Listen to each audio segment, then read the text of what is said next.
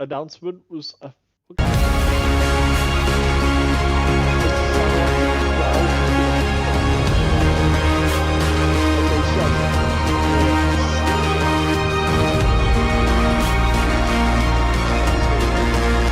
This is their problem, so right?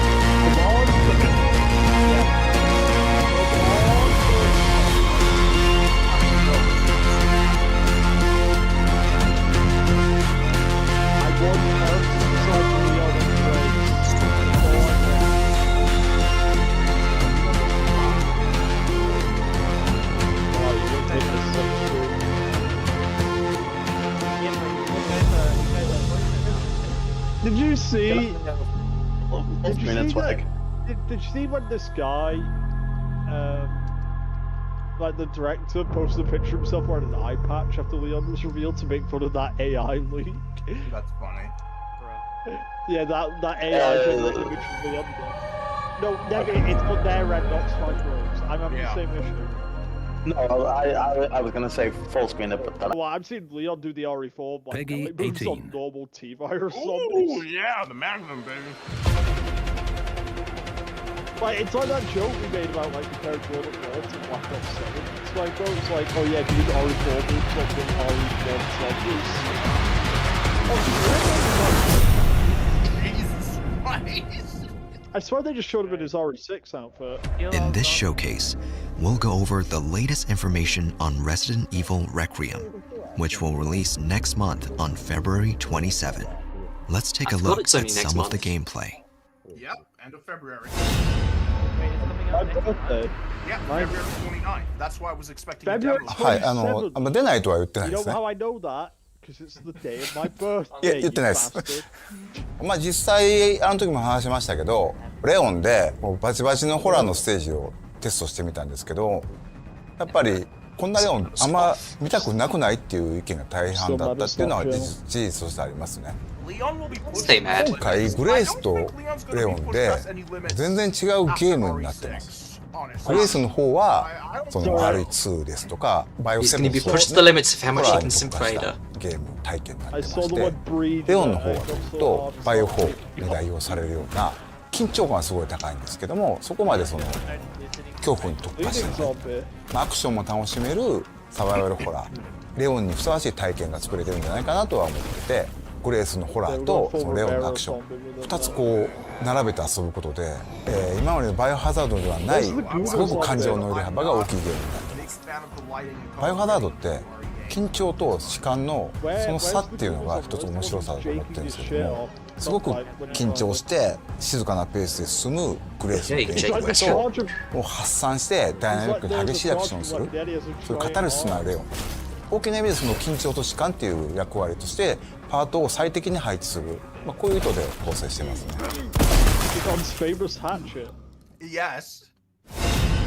So he took a trip to Britain and he was like, oh man. レオンとグレース2人とも主人公なんです Well, they're from behind ストーリー anyway. としては基本的には一つストーリーの中でプレイヤーキャラがグレースになるパートがあってまたレオンがプレイするパートがあると、まあ、そういう構成になってますねバイオ6の後のレオンの続きですけど、まあ、レオンはレクイエムの段階でも DSO のエージェントとして、まあ、バイオハザードテロと世界のね戦い続けてるってことになってます彼はたくさんの悲劇を見てきたおそらく彼今回過去一追い詰められることになると思うんで、まあ、その辺も注目してほしいなと I 思います I want anyone besides these two.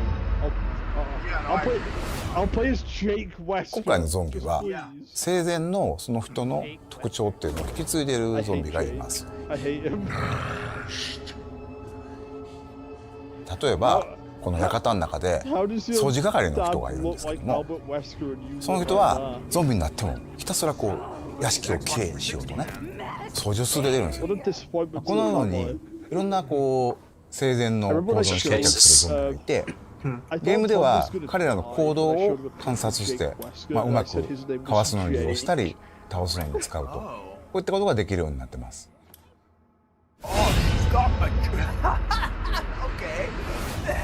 It's very Okay, now I'm getting onto the greatest gameplay. He's got his gun in the keyboard. think I want a It's second very opinion. powerful. レオンのゲームプレイは圧倒的な緊張感のある戦闘 RE4 から進化したサバイバルアクションになっています。トマホークというものを装備しており I like how they say it's an evolution of the RE4 combat, but it looks like RE6. シューティングっていう Pretty sure he's wearing 中心になってく his るので RE6 outfit. さらに洗練されたガンプレイ The waistcoat outfit. というところにも力を入れてます、 Yeah, yeah. That's また V を狙って、敵に体術を供与 それから敵が持っていた武器を奪って利用す she's る got a blueprint. どの敵をどの部位をするのかまたどうやって倒すのかそういった戦略を立てるのが面白さであり、それがうまくいった時にさらにこうカタルシスが倍増するそういったゲームプレイになっています。 Now the Warzone stuff is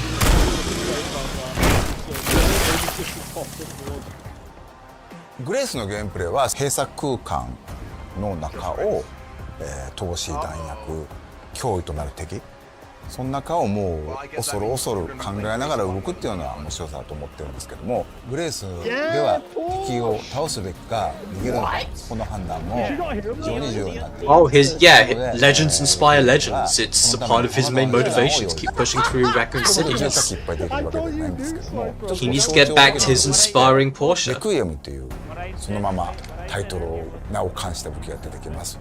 この大口径の武器は弾数ほどないんですけど構造という時にグレースを救ってくれる頼りになる武器になっています。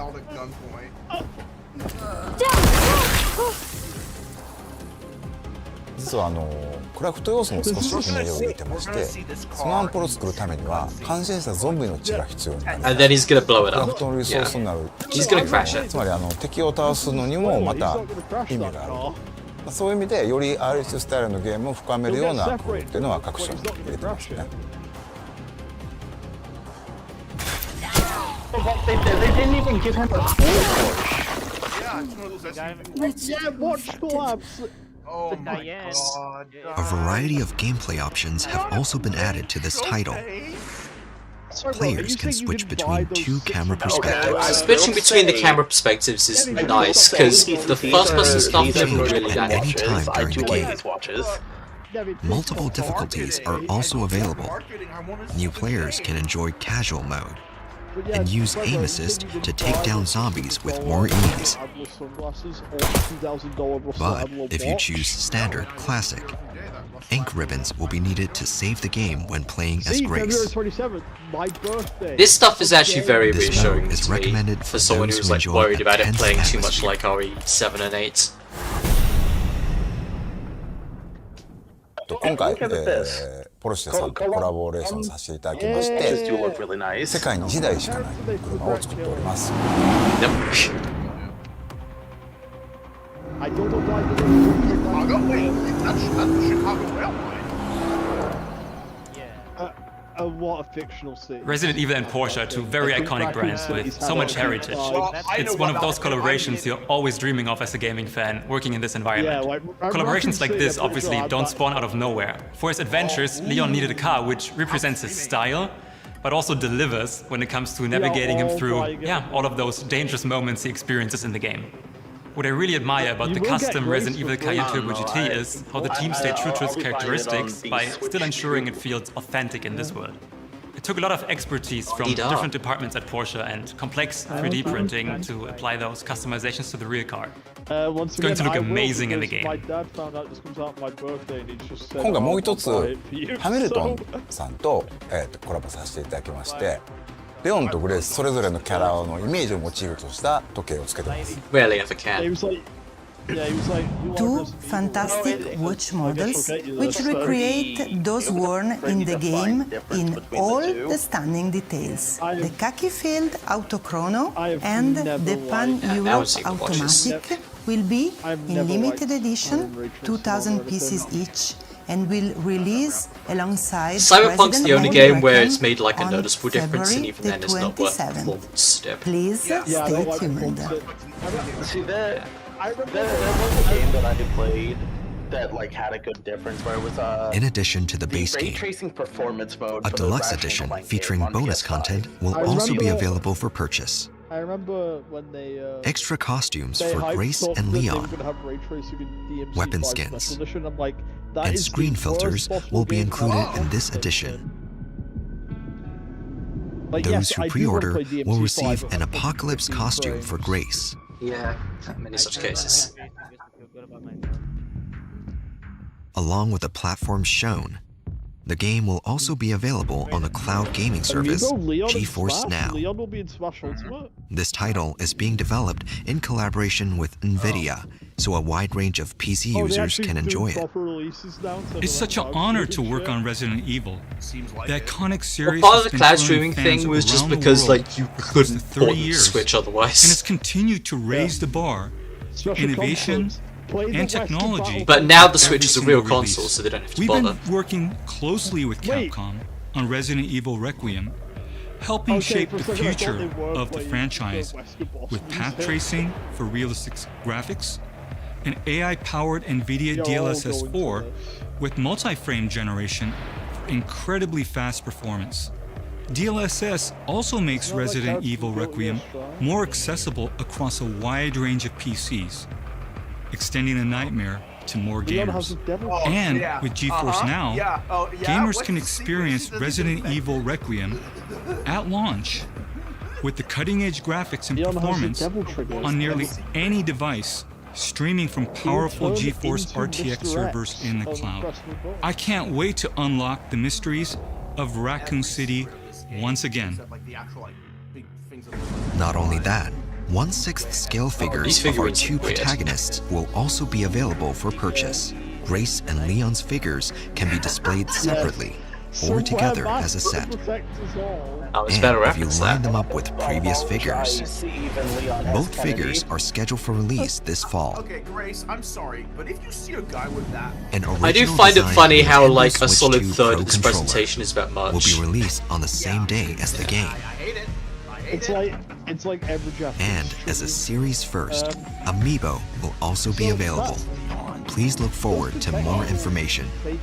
That Pro On controller Resident does Evil not Requiem look launch good. day, the gold editions of both Resident Evil Village and Resident Evil 7 Biohazard, including all downloadable content, will be released on the Nintendo Switch 2. We'll also be celebrating 30 years of the series with special concerts. Relive the series' greatest moments with breathtaking orchestral performances. Remind me of when The our first ticket Revolution lottery is open right now to Resident Evil ambassadors. Concerts are planned for not just Japan, but North I wouldn't America go to and a Europe. concert, but cool for the More people, information on these will be released later. I don't care about the Wesker Battle theme getting played. Yeah, like RE5, Winds of Madness. Yeah. Yeah, no, that's the only track I want to これも hear. ねまだお伝えしてるんですけど実はレオンにはある秘密があってそことも関わってくる要素だったりグレースのお母さんアリスタが殺されたそこにも関わる非常に重要なものになっているので、この辺のねその謎を Sometimes they just lie. していってもらえればなと思います。 No, but like that バイオハザードレクイエム like, まだまだ言いたいこと本当に Yeah. キリがないんで、発売まで引き続き注目していただければと思います。 Only took a decade. I'm very sure. So clearly, they're holding back a lot of stuff for this game because, like, we've not seen any environments of the game except for like that hospital and the hotel. That's what you think. That's all the game has. I was about to say, I really hope that game has a. I liberated you. Okay. Okay, no. I think I want a second opinion. What's happening here? Yeah. I'll keep our friends busy.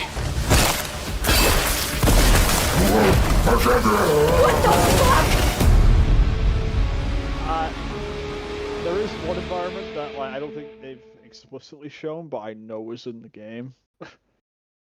Like the city streets. No, I fucking know the ruins of Spencer Mansion are going to be an area. Oh yeah. Actually, yeah. Also, the ruins of the Raccoon City Police Department. We know they showed those in the trailer. You're excited for the inevitable Resident Evil Requiem Fortnite collab where they bring in Leon's iconic Porsche. Well, we already know there is an art collab next month. That's been confirmed. They literally already said that Grace is getting added to Fortnite in March. Yeah, but who cares about Grace? It's all about Leon's Porsche, obviously. true. we might get the Porsche in the game. That would be very funny. Yeah. And then I'll probably look at it and go, "Oh, that's cool. It's a shame I never drive cars in Fortnite." But not only that, but like, barely any given the around. look of, given the look of the car that he has, like, it's one of those cars where it's like, okay, yeah, unless you tell somebody this is the Porsche from RE9, they're not gonna know. It's just a Porsche. Like, Yeah. when I'm driving the Hatsune Miku car, everyone knows it's the Hatsune I Miku. can't even tell. I am a little surprised that first Cyberpunk they didn't put in Johnny's Porsche, but it is the less iconic car, but it would be an easy license grab.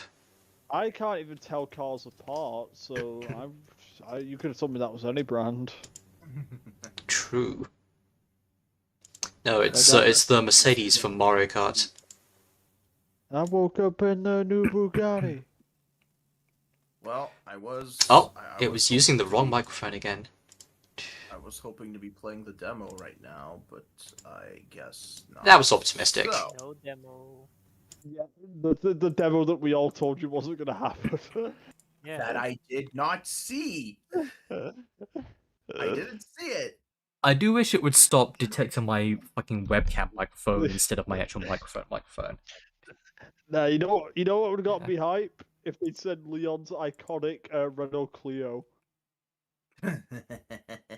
Yeah. When are we getting French car collabs? Come on, guys. No, I don't. we are not driving Renaults. Okay, I don't think. So No, you see, no, Renault could never be in the game because they've made themselves an enemy for life of Japan from that one time that they tried to, fuck, what was the company they tried to merge with? Was it Suzuki? Toyota? Nissan. Nissan, yeah. Yeah. Renault tried to, merge with Nissan and then they just became, like, persona non grata in the country forever. Yep. Like, Yeah, Japan, well, Japan don't arrested the CEO. Oh, that's really funny. Yeah. But yeah, I don't think Swagbro knows the Renault law in the UK. I do not. No. Which is why it's it's just it's the Chavmobile. Yeah. That's the reputation.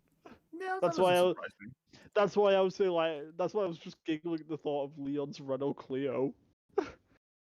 It's got an exhaust on it to wake everyone up at 2 AM when he drives past. Well, it was. Acrobat Studios. Hang on. If we're talking about that... No, that's a good video about this, though. I want to show you. Ugh. Hang on. No, I'm doing a thing. There we go. Is there no way I can? No. All right. Okay.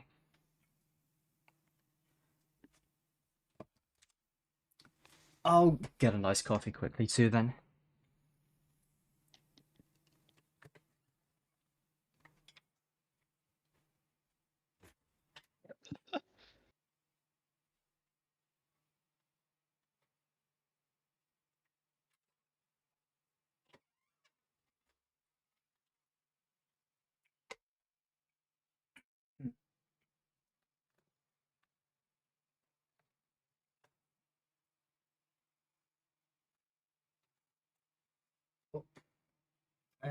Wires.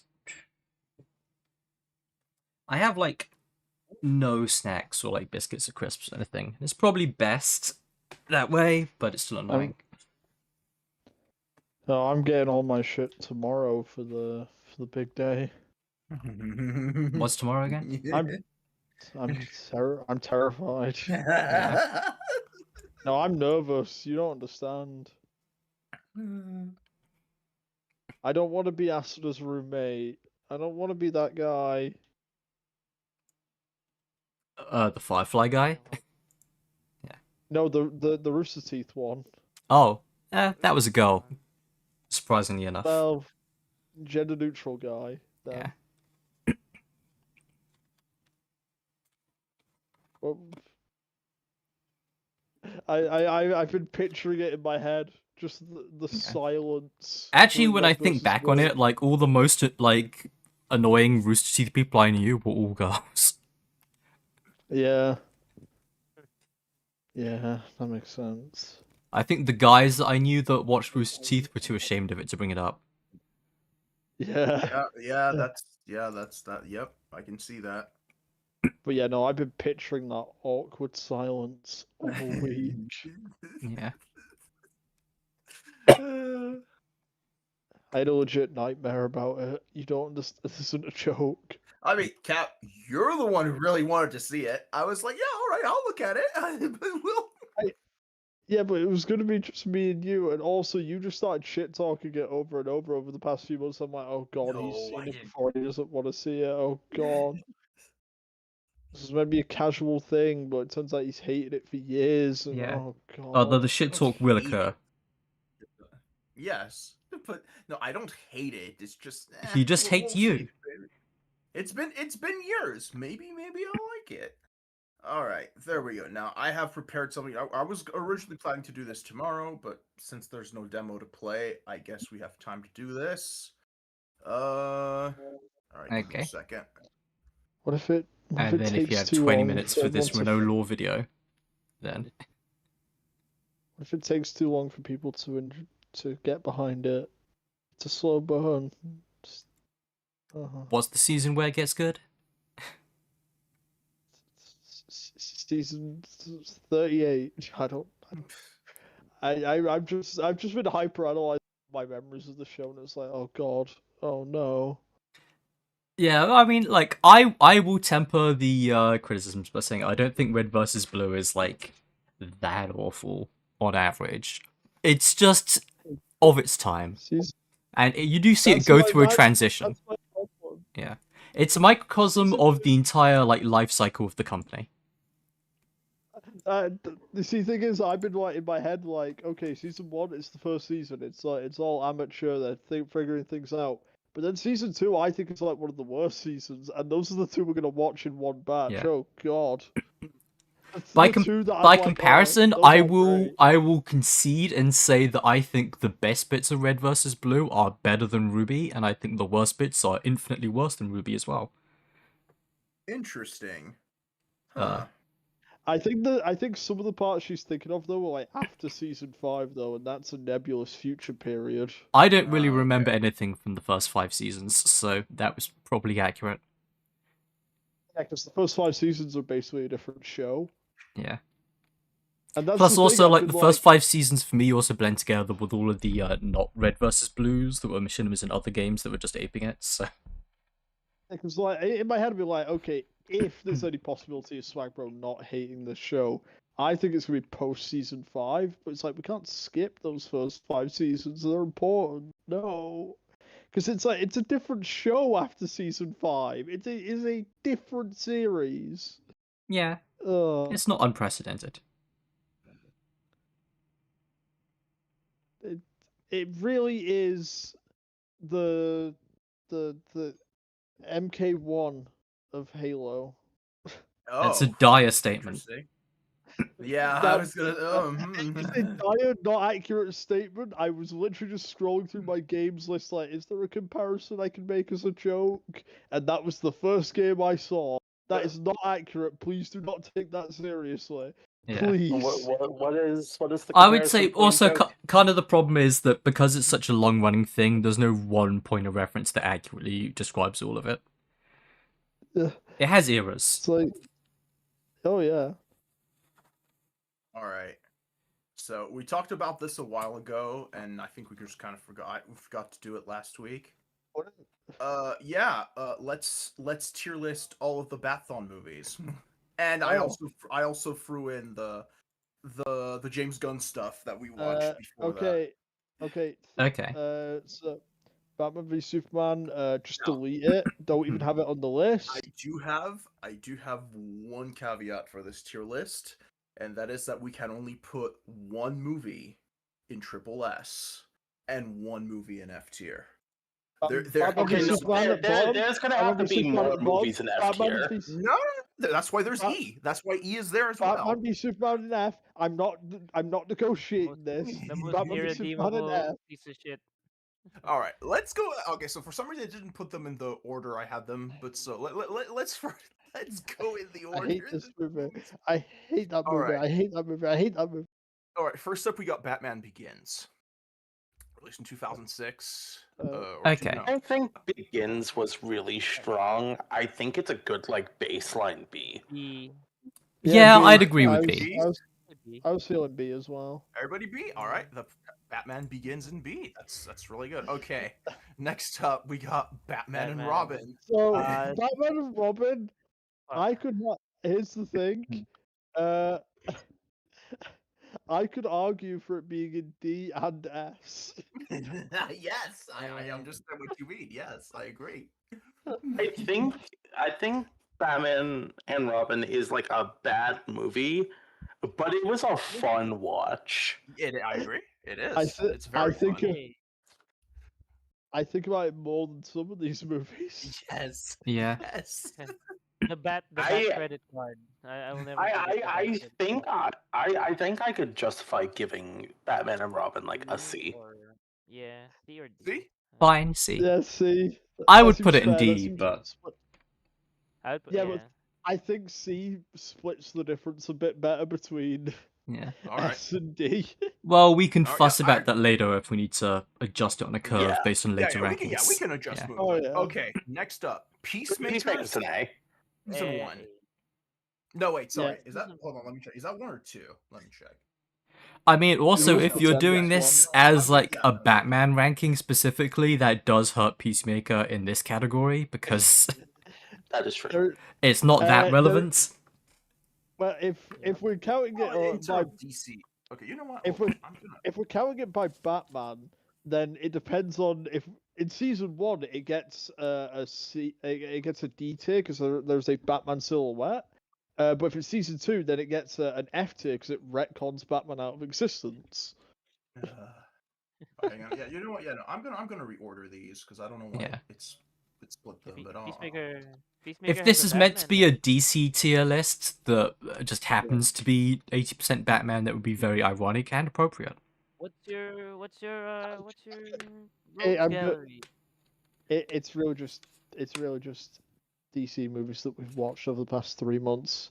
Yeah. It was originally only Batman, but then Swag Bros started adding like Peacemaker and stuff. So no. We watched those before because we watched like the James Gunn movies first. Well, see, obviously now we should have watched Aquaman. No, we did Peacemaker after we'd started. Like we'd done Batman 66 and stuff before we'd done Peacemaker. Oh, yeah. I don't even remember that. Okay, all right. Okay, that's Batman. I'm fine with doing like a DC tier list though.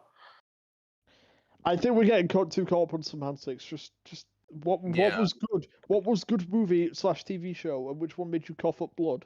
That's right. Yep. Then I'd put Peacemaker in B. I would personally have it in A. Yeah. Maybe. Actually, wait. Season 1 would be in B, I think, and then. Because I liked season 2 more than 1 actually. So. Yep. No, I agree. I mean, same, but season 1 still exists, so that kind of drags it down for me. I mean, we're counting them separately though. There's 2 separate ones. So... Yeah, there's season 1 and oh, season I didn't 2 see that. here. Then yeah, as long as 2's above 1, then whatever. Yeah. Okay. Right. So where did we say we're putting it? Season 1. Season 1, B. Okay. Yeah, season 1's a B. And then season 2 in C. There you go. It's an A. A. Season 2. Yeah. Oh, okay. Yeah. All right. Yeah. Because. You think we're crazy? You think we're gonna put season 2 below 1? Yeah. It had the Nazi world and everything, dude. Come on. That's right. All right. It had the GTA world. Yeah, the GTA world. GTA Online world. All right. So 60s Batman. That's true. We kind of got sidetracked afterwards. Can I be I should switch to just chatting. Way more than I expected. Can I be controversial and say S tier? This is not a joke. I think for what it is peak. I think honestly, like I went into it expecting it to be like kind of dumb and kind of cheesy, but like I came out of it really enjoying it. It was really good. Yeah, I agree. I thought it was fantastic. Like I think for representing that era of Batman, it is peak. The lower end of S, I think, for me. I think Batman 66 is to Silver Age Batman what the Batman is to Modern Age Batman. It's bold words. I would say like Maybe not an S, but like an A tier. 66. I straight up think that movie does a better job than a lot of the comics at the time did at being Silver Age Batman. And it does cast a longer shadow in terms of influence. Yeah. Oh yeah. All right. So where are we putting it? I'd put an A. My controversial take was S tier. I think we can negotiate down to an A though, because I don't think anyone else will agree with me. I would go A. Yeah. Yeah. A is comfortable. All right. We'll put it in A right next to. All right. Batman 89. Oh God. 89. I gotta think on that. For me, that's D. The Tim Burton Batman? Yes. Okay, wait. Which one specifically was 89 again? Is that Joker? Jack Nicholson. No, Jack Nicholson Joker. Yeah. The only good part. I think that movie was really good. I'm gonna sit this one out because 89 I actually shift my opinion on like all the time. So okay. My stance on 89 is that like I really enjoyed watching it. Like it was a really good watch. It's not stuck around in my headspace for as long as the others have. All right. Okay. Same. I think 89 is a movie that's carried by its incredible art direction. Yeah. Yeah. That's true. If this is just art direction, that would be the triple S in my opinion. But I do like its bullshit Gotham. Yeah. And it does get a little bit of juice from that, just from being the era before Gotham just turned into like fucking Chicago. Oh yeah. If I had to put 89 somewhere, I think I'd put it in B. I think I might give it a C personally. You gotta get. I think that's harsh. I think that's very harsh. I think I'm thinking of like the rest of the stuff that we've watched, and it's just like it didn't stick around for me as long.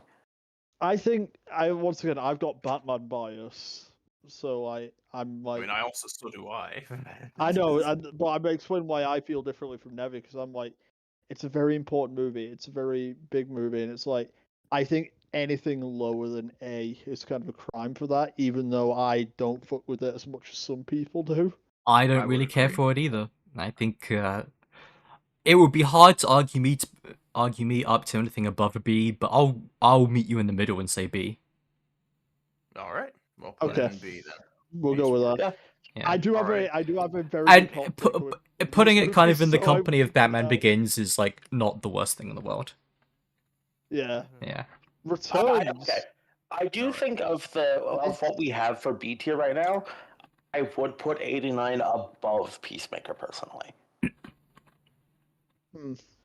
I'd be happy to move Peacemaker season 1 down to C, sure. No, I think she just meant like the order because some people actually take the order into account. No, I don't. Yeah, no.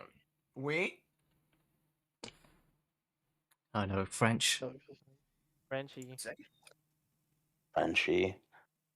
Yeah, I got no because like I'm looking at the order right, and I've got like a hot take coming up for one of these that I think is going to cause an argument. Yeah. I mean, when it comes to tier lists, I never care too much for fussing about the order within a tier, but... Yeah, I tend to not care about that either. I think, like, at most, I'll put, like, the leftmost one as, like, oh, that's the top for me, but everything else is interchangeable. Yep.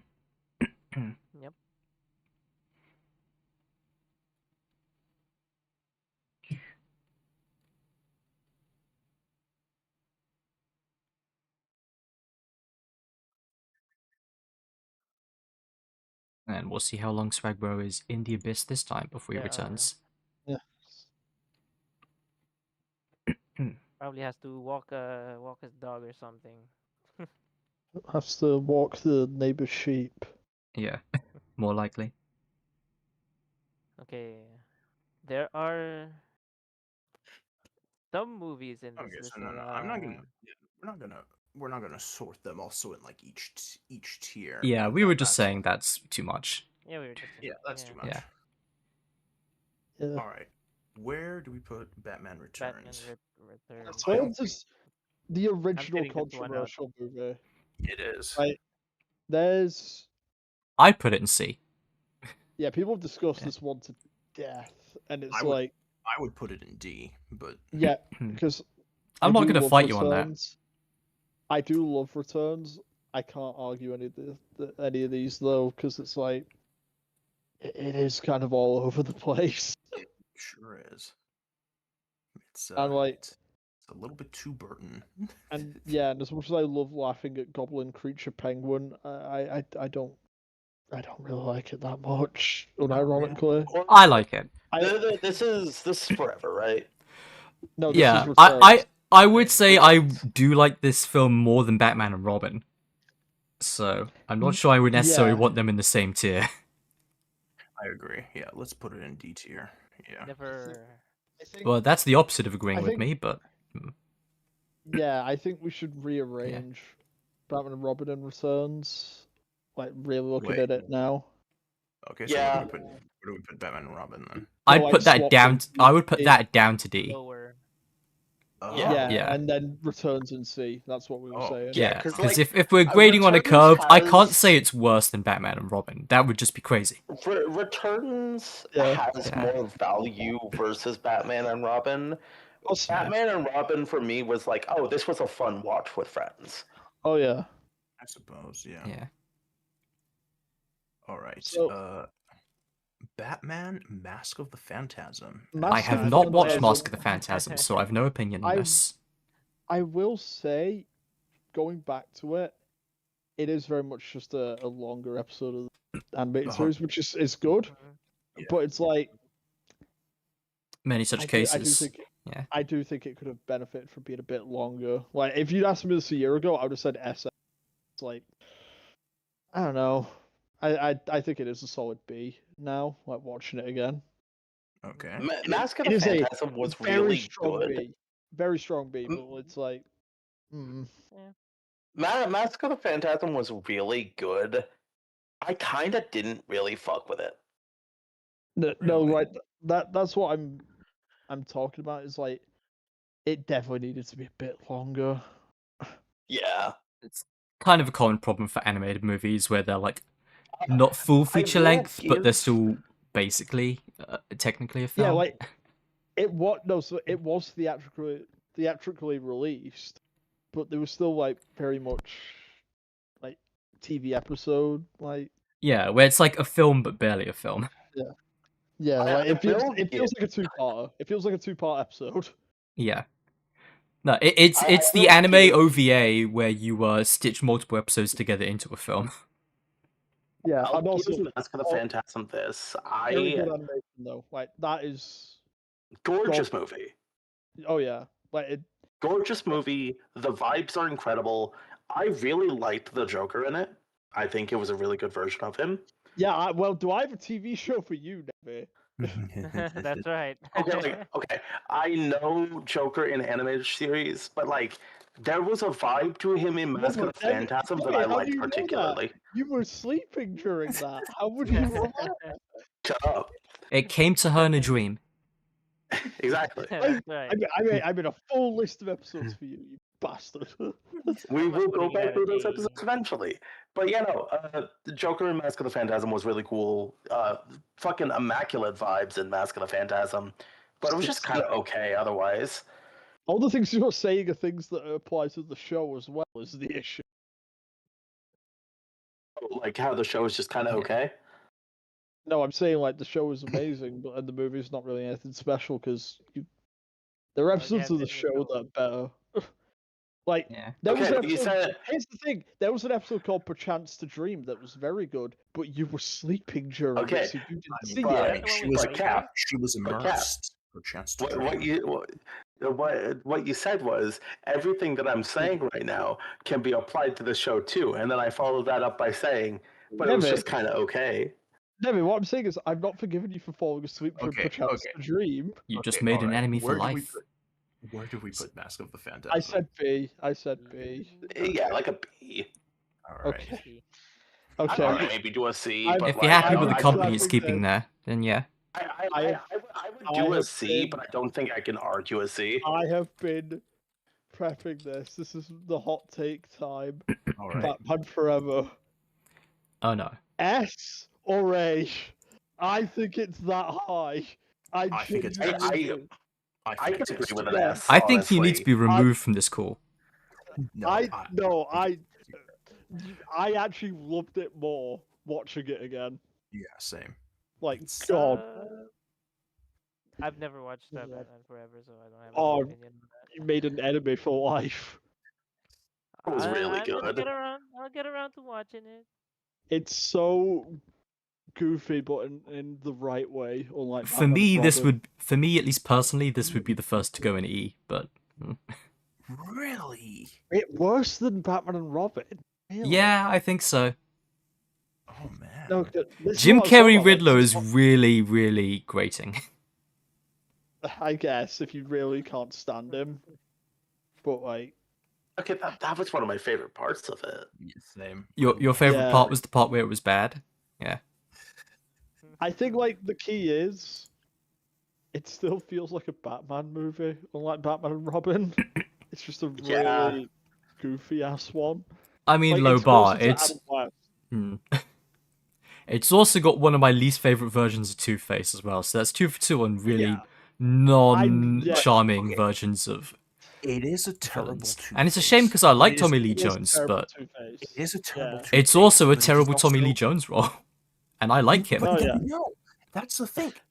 Getting to see Tommy Lee Jones act like that was a once-in-a-lifetime opportunity. He never did that ever again. A lot of lame things are also once in a lifetime. That's not inherently valuable. This is what I mean about like I've been prepping for this the whole time. It's like this is a hot take for me, but it's like it's I think objectively not a good movie, but it's like I think with like the arguing, I think it should at most be an A. Yeah, we'll put it in A then. If that's all I can argue you down to, then sure. Who's ready for mid? Okay, this is where it's like Dark Knight, the first Dark Knight movie, is a really good movie. Like that's a really good movie. Yeah. It is not a good Batman movie. Yeah. Mid. I put it in C personally. Okay. Yeah. That feels harsh. I'm calling it mid to rage bait, but that's harsh. No, yeah, I no, agree with this saying movie it's has to mid. be higher than that. This movie has to be Yeah. on the upper It's end. like Dark Knight is a really good movie. Like I really liked it. Me making fun of the it. issue with it is it's not a good Batman. No, like as being a Batman movie, yeah, I'd put it in C. Yeah, like me making fun of it and calling it mid is really just because like I'm mad at the impact it had on the character for a long time. I But, see like, that, but at the same time, I am also judging a lot of these movies on their impact and how influential they were in redefining the way that Batman was perceived more broadly. And I think with that lens, I can't put this thing anything below B. Yeah, It's no, just no, impossible. No, I'm not arguing it's Yeah. bad. Like my point was like, oh, it's had all backs, but I can't say it's anything less than like an A or something. Yeah. Yeah, I would put it. I would put it in S personally, This- but I'll go down to an A. Like I shared how like this was this was the autism movie that I watched every day when I was a kid. Which And I can many still people quote were. it. Yeah. Yeah, I would can put it in. quote it. The like, funny thing about Dark Knight as well is that it didn't just ruin Batman; it ruined so many other things as well. Oh yeah. With how influential it was, just like good luck making any kind of like heist or bank robber movie afterwards. Remember how I think my Slipo biggest couldn't understand how I remembered Thomas Schiff's name? Yeah. It was like I think my biggest complaint points when it comes to Dark Knight are like, I already said it. It's not a good Batman movie. I think it went on for a bit too long. yeah, but then it gets to that construction site scene again, and I get really high. Yeah. All right, I'm putting in nails A. because we put Batman Begins in B. Yeah. Dark Okay. Knight is better than Batman Begins. I think Okay. And then we think can Rises stick is- Rises down in C. I'm, Yeah, no, I- Rises is a no, C. I'm gonna be harsh. Rise No, is I'm C. I'm gonna be harsh and say E. I'm gonna be that harsh. I don't like Rises, but I'm not gonna put it below Batman and Robin. No, I'm going. Okay, I'm Batman going to Robin had agree with entertainment Rises. value, though. Dark Knight Rises is very entertaining for the wrong reasons. Yeah, I guess. When we watched it, we were talking along with so many of the memes. I guess. But then guess what? Then that puts it in D tier because Batman and Robin is also a movie that's funny because of the memes. I didn't laugh at any of those memes. I have a particular hatred.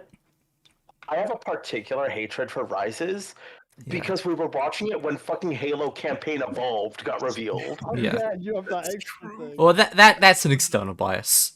But also, I will say, as for E, we know what E is going to be filled with later, so I think the film is better than those films. I think, like, I think it's good. So if you put it in E now, I would be telling you to move it up later. Yeah. We did this, like, a year ago. I would have said, man, I don't get why Rises gets so much hate. That's a B. But now that I've seen it twice in the span of a couple of months, boy, I came out disliking it more. You'll be expecting one of us in the wreckage. It's just like, it wasn't good.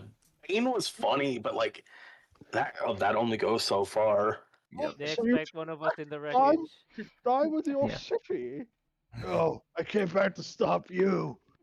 All right. Now, I don't know if this is a hot take or not for this next one, but I think if you ignore the rest of the Snyderverse, Steel is fine. I will soft agree with you that Man of Steel was probably the best movie in that verse, but that's a low bar. So, Man of Steel was the best Snyderverse movie, and it was the first. That's not saying much, though. Yeah. It was the first one. Yeah. It does. I do like the Hans Zimmer music in that film. I don't think at most I can give it a D. I like Michael Shannon as Zod. Maybe a C. I don't. Yeah, Michael Shannon. Not a C. Not a C. Michael Shannon as Zod is definitely a highlight. Henry. Cavill He was wasted. He was wasted in the Flash. Henry Cavill's meh. The Kent parents are meh. Lois Lane is meh. I like Henry in the role. Just the role never rose to meet him. It's kind of like I like him as Geralt, but the show was never good enough to pull him off. See, I think D and everything that's stuff that inspires an emotion. Man of Steel doesn't inspire any kind of emotion in me, not even like anger. So it's neutral, therefore C. That's why that was my watching. It was like, I don't really feel much. Like, okay, here's like the interesting thing when it comes to like letter grading scales like this of like, even if D would be considered bad, there's a level of bad where like it sparks like emotions and experiences from it. Yeah. There's also, if you're looking at it like the academic level, then D's like the bare minimum pass. Yeah. And then E's like the actual failure. Yeah, D is going to so bad it's good territory. So yeah, it's just kind of I've gotten time to think over the course of this discussion. I will move Batman v Superman out of F just because I've realised there was another movie that I in F instead. Yeah. Yes, you do. The same one I was planning on putting. What does F stand for? We'll find out soon. So bad. It has the warehouse fight, I guess. It has your goat, the KG Beast. Why did you say that name? Why did you say that name? I remember when people were like marking out at the warehouse fight because like, oh, it's just like my Arkham games. Like that doesn't carry a movie. I mean, never forget how they surf Dracula, Lex fucking Luthor's baldness. Yeah, and then they try. Oh, Nevin, did you know they do that in the 1978 Superman as well? I forgot about that. They surf Dracula bald. Tell me, do you the first surf Dracula. Yeah, he's wearing a wig the entire movie, and then at the end when he gets arrested, he takes it off and he's bald. And then he says that they need a league of their own. Yeah, that's right. Depending on the cut. Yeah. So, the Zaddy cut. I'm gonna be honest. I didn't hate it as much as I thought I would. Yeah, I still don't think it was good.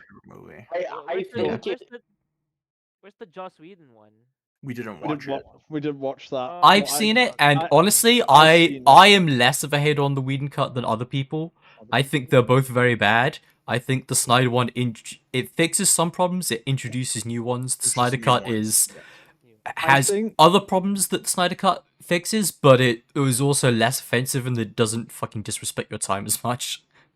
I think the only reason I preferred the Zaddy cut is because I don't have to listen to those horrible one-liners every second. Yeah. And instead, you get treated to your like life-changing Jared Leto quotes instead. I think we can justify. Yeah. I mean, yeah. How can you even rate this film without Batman saying that he will fucking kill you? That's right. I think we can justify any rank for Justice League. But it's not as bad as Batman v it's Superman. better than Batman v Superman. I'd put it in D. Yeah, I think D's fair for it. Yeah. I think that's too high. For the company it's keeping. Okay. Well, wait, we can revisit this when the list is more filled out. F for the Flash? F for the Flash. Yep. F for the Flash. Yeah. I think it is a evil movie. I will admit I have gotten quite a bit of entertainment out of like so bad it's good level stuff from it, but yeah. It's entertaining, but I just find that entire like deep faking dead actors thing despicable. And actively disrespectful. Like we talked about that a lot when we watched it. I also think like it's hilarious how they had to kind of like pivot the movie to be primarily marketed around Batman's cameo because they couldn't promote it on Ezra Miller. No, like I've never watched The Flash. What? No, you should watch it. You should watch it.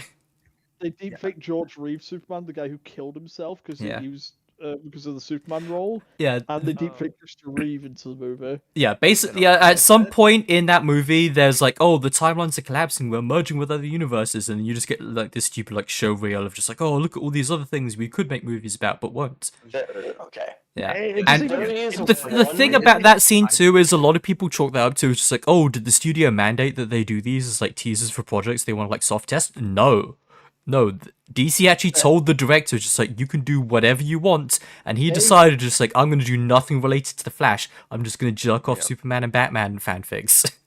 Like, I did say the first time I watched The Flash, like, I despise Ezra Miller, and he was making me genuinely angry on screen. And like, sickening movie.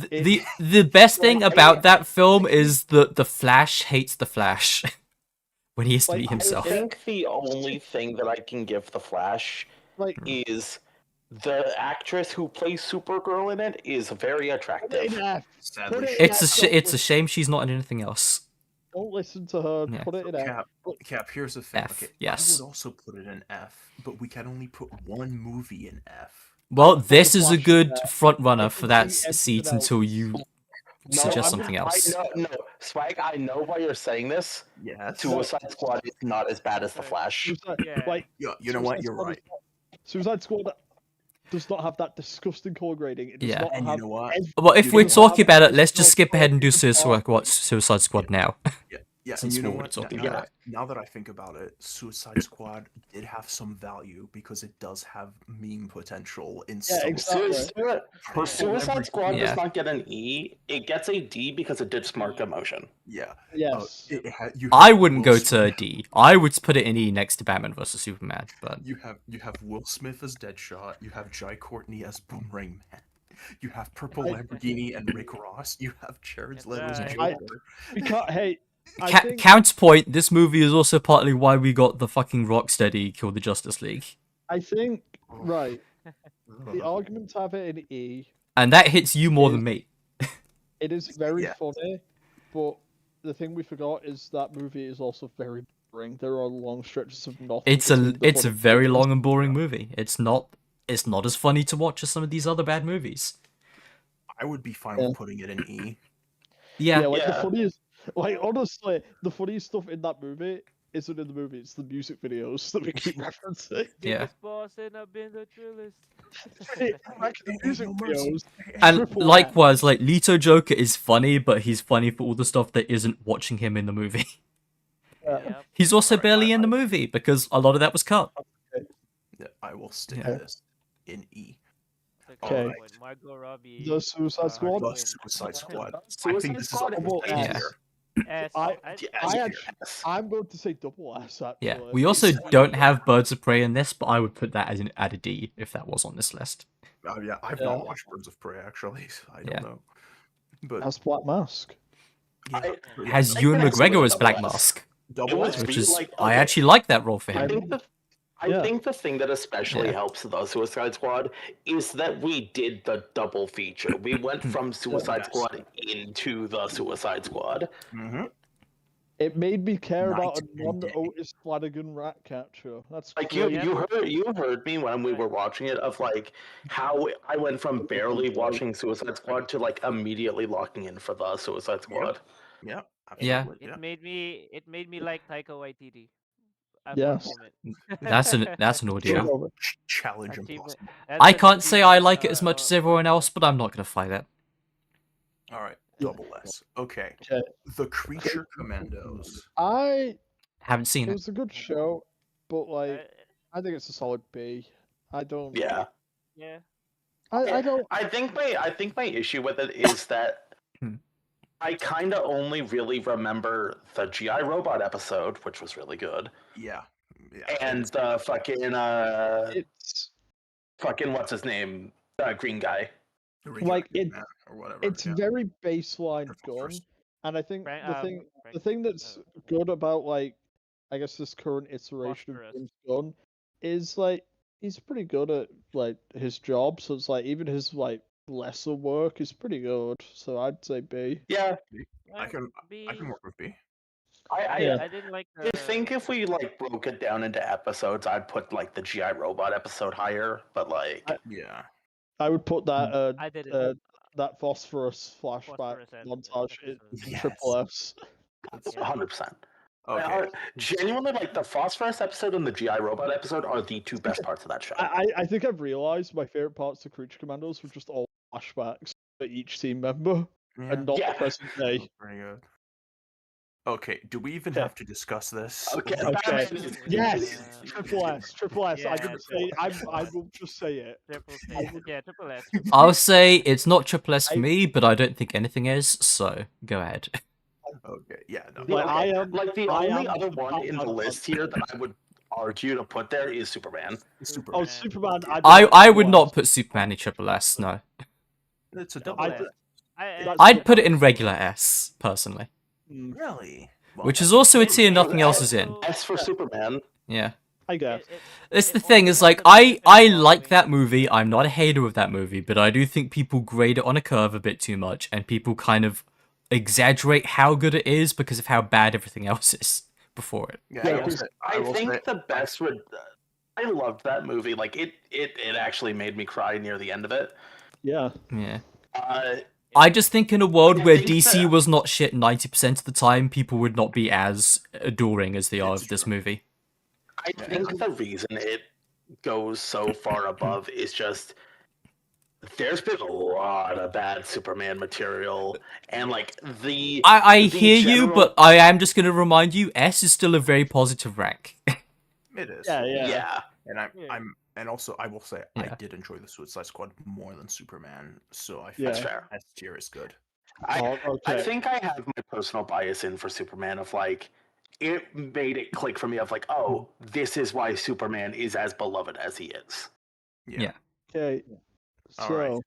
Batman. This is where your attachment to Batman as a character will come in, because I think Year One is S tier.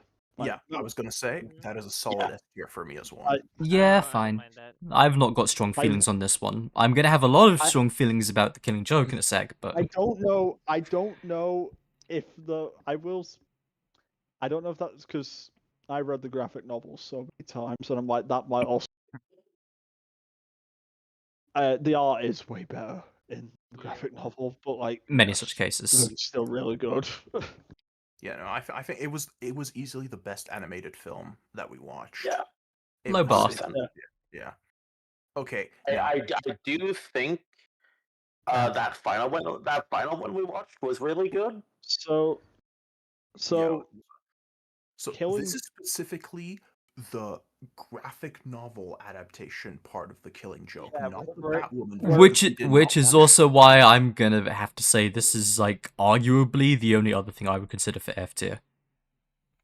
Yeah. Really? It really does a bad job adapting an otherwise really good comic. Yeah, I will say, even ignoring the whole prologue, I do think it does just like make lesser the original story, and being an adaptation kind of makes me more annoyed with this film than shit like the Suicide Squad, which is bad, but it's at least its own bad thing, and it's not like taking something that you already like that already exists and making it and reducing it down to being garbage. This is discourse that has been had for a while, obviously in the fan I base. could be argued out of F, but it has to be below C. Yeah, I don't think it's F. I don't think it's that bad, but it's like I think it's fairly like the graphic novel, fantastic. It's like the performances feel kind of phoned in. Yeah. The colors don't pop as much as the comic, and it's like it's definitely got that direct-to-video animation. It's also just lacking a lot of detail as well. Like, not to turn into like the H-bomb video all of a sudden, but like it is really annoying and disconcerting when they're just standing in like empty blank rooms all the time. So just like the art in the comic is fantastic. It's phenomenal. And they just didn't bother. Yeah, like that's what really lets it down. So, I think I would put Killing Joke in E. E? I don't. Yeah. I won't fight you on it, but it's like I would personally pick C just because like for me personally, it's like below the Flash, but I will go with the group into E. Yeah. Yeah, well, I don't think because I think the Flash is a deeply evil movie. So yeah. All right. Yeah. E it is then. Yeah. No, let's just stick it in E then. Okay. This is once again my fanboyism coming out. I personally would have Under the Red Hood in S. Because I really like it. I do quite like it too. Yeah, it's a Under the Red Hood was pretty good. Like, They did a great job. I would also say S, but regular S. Yeah, I said regular S as well, but like, no, like fucking John Supernatural as Jason does such a good job in that ending. Like every shit. Sometimes like, I will that's just in general like a really good voice pick for Jason Todd. Oh yeah. No, yeah, I agree. It was really good. And Jason Todd as a character never got better than his debut. It's true. Yeah, many such cases. Look, he has a okay. He's cool. Okay. They milk Red Hood so much. And What do you mean? Didn't you love his portrayal in the Gotham Knights? Yeah. All right. So what's next? Lego Batman. Lego Batman. A. Lego Batman was an A. Yeah. I'll go A. I think the only thing that stops it from going to S is like the end of the movie when it's just like his. Yeah, when it starts focusing on when it starts focusing on WB franchise instead of Batman, it starts to lose me. But but like otherwise, it's just a strong A. It's a good all-arounder. Yeah, there's nothing much to say here. That first half though, hilarious. Yeah. Oh, 100%. Also, I kind of hate the red saturation of it, but that's fine. Yeah, A is a good. I do think like digging into it. I think the versions of the characters in it were really good. I really like that Batman. I really like that Joker. Yeah. Oh yeah. Yeah, no, they were great. Going full Yowie with that genius. All right, Batman: The Long Halloween. Okay, so this one was more of a slow burn. It was a really long movie because it was a two-parter. Yeah. Together, it's a good story, but it does drag on. I'm trying to remember this one. That is the one about Harvey Dent. The Long Halloween's good. I don't think I was in the right mood that night. So I'd stick it in B. Just looking at the other stuff that's in B, that's the kind of company that just it fits with. Yeah. Yeah. Yeah, the Long Halloween. A lot of B is his thing. Yeah. A lot of B is already adapting the Long Halloween. Exactly. Yeah. Yeah. I think us starting this tier list with Begins was a really good call of like that is a good baseline Batman film. Yeah. Begins is also a weird one for me because I actually I go really back and forth on it depending on the day because like some days I adore Begins. Yeah. Yeah. And other days I feel nothing. It's weird. Yeah. I think the game might be coloring it though because the game was really good. Well, Kat, what you need to do is every time you Begins think is of a strong baseline of a film. Yeah. Oh, yeah. If it wasn't for Batman Begins, we wouldn't have fucking YouTubers spending all their fortunes on real life Tumblrs.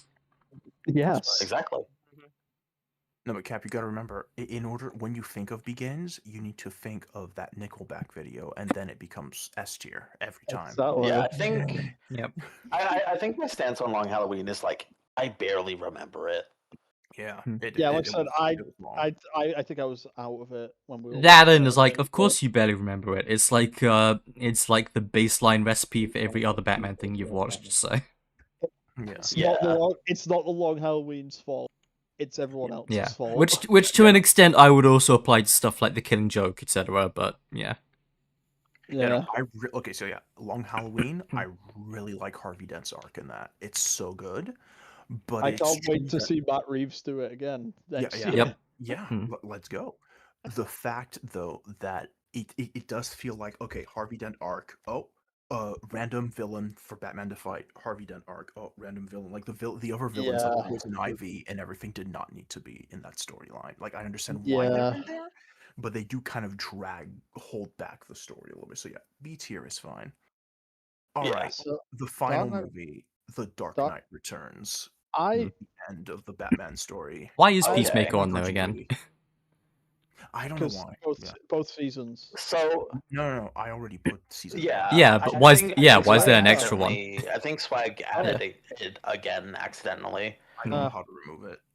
Anyway, yeah. So I think this is definitely recency bias. I really like this movie. Yeah, Dark Knight. I've gotten into many arguments with people over Dark Knight Returns over the years.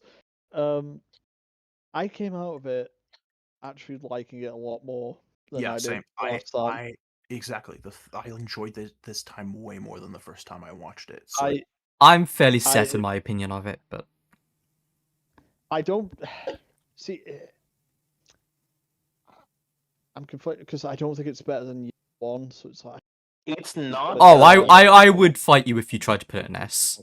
Yeah. No, so it's like I think A's fair for it really because yeah. I think it's a very good A. Very good A. It's also not fair, but the fact that this is a universe that continues and quickly falls to shit does taint it a little bit in my mind. I can't pretend that the sequels don't exist. I get a little giddy whenever I get to this is an table surgeon. I get giddy remembering that. Cap telling me there were sequels to this was like the most devastating. Oh yeah. But no, yeah. So like the thing you need to keep in mind about Dark Knight Returns is that was the story that set Batman on this current path. It was published in 1985, and it is what set off this boom of this current iteration of Batman as this dark, edgy guy who's like, alone and all that. It is responsible for pretty much everything on this list besides the Adam West movie. You know, pretty much, really yeah. What's really funny about people doing that is that if you look at the story of Dark Knight Returns, it is a Batman who is old, who has been in Gotham his entire life, who is more bitter, and stuff like so. Him maybe becoming a little bit of a darker individual makes sense, but then going back after Dark Knight Returns and retroactively making Batman always having been violent and edgy kind of just dilutes all of that. Once again, I will get the clip right now actually because I keep mentioning it. There is a very short clip of Adam West reading a passage from Dark Knight Returns, and it sounds very, very good actually. Yeah. Nice. The reason I think why it stood out so much for me is like it felt like a really good piece that was just like less so on like it being Batman and it being like these characters and more just like the vibe of it. It did something really good about how the characters interacted. Oh yeah, wait. You know me, I love when we flash forward to a fictional universe's future and it's the worst place to live. Yeah, no, it's great. Like, by the way, incredible news. Kathleen Kennedy has stepped down as the. That's not the new Star news. Oh Wars. no. Okay, and Yeah, Dave it's not Filoni. Okay, No. Dave Filoni's I've taking been complaining about the Filoni era for a while, but let's not get too sidetracked for now. Yeah, we'll do that when I would put this in. I'd put this in A. Okay. Personally. Yeah. All right. I think one of the standouts too is like the. I could be argued up to an Screenshot S. that. Yeah, screenshot that. Yeah. I want to have the posterity. I'm also gonna ask Cap real quick. Which was the like? I know there's a Dark Knight Returns skin in Arkham City. Was there one in Asylum? Or am I forgetting that? Sam didn't have skins unless you count Okay. Armored Batman. Ah, true then. But yeah, I was gonna say though, like a lot of how Arkham is also especially informed by that, and a lot of why Arkham popped off was people going, "Oh, it's like Dark Knight Returns." Oh yeah, no, like once again, definitely no Arkham games about that, and definitely not the Arkham games we got with Batman wrapping a guy's arm around a lead pipe and breaking it. Like he is full on Batman with how he acts and treats people in those And games. just the way he's fucking proportioned, where he's got like a chest the size of an entire human body. There's a reason why that think- Dark Knight Returns skin actually works for him. Yeah. I think the parts. Arkham Knight with the fucking Nolan suit looks so uncanny in that game. Yeah, because they gave him I a think- slimmer. He actually has a different model. That's the only skin that gives him a slimmer body. Yeah, it's the only one where he looks like a human. Yeah. I think the part with not Long Halloween, Dark Knight Returns, that was really good was the interactions between Bruce and Clark of just like this kind of like. Yeah. There's vitriol there. There's anger there. Yeah, I will also say that the relationship between them as sort of like these old friends to enemies, like tired, bitter kind of relationship they have going on is something that I think has been done better in a lot of the stuff that came after it, but it does get some points for doing it first. And it just makes it even funnier that Zack Snyder said, yes, the second movie will adapt that. That's right. Yeah. The second movie. I will be mean, Dark after Knight Returns. the second movie also being the death and return of Superman as well. What was he doing? Yeah.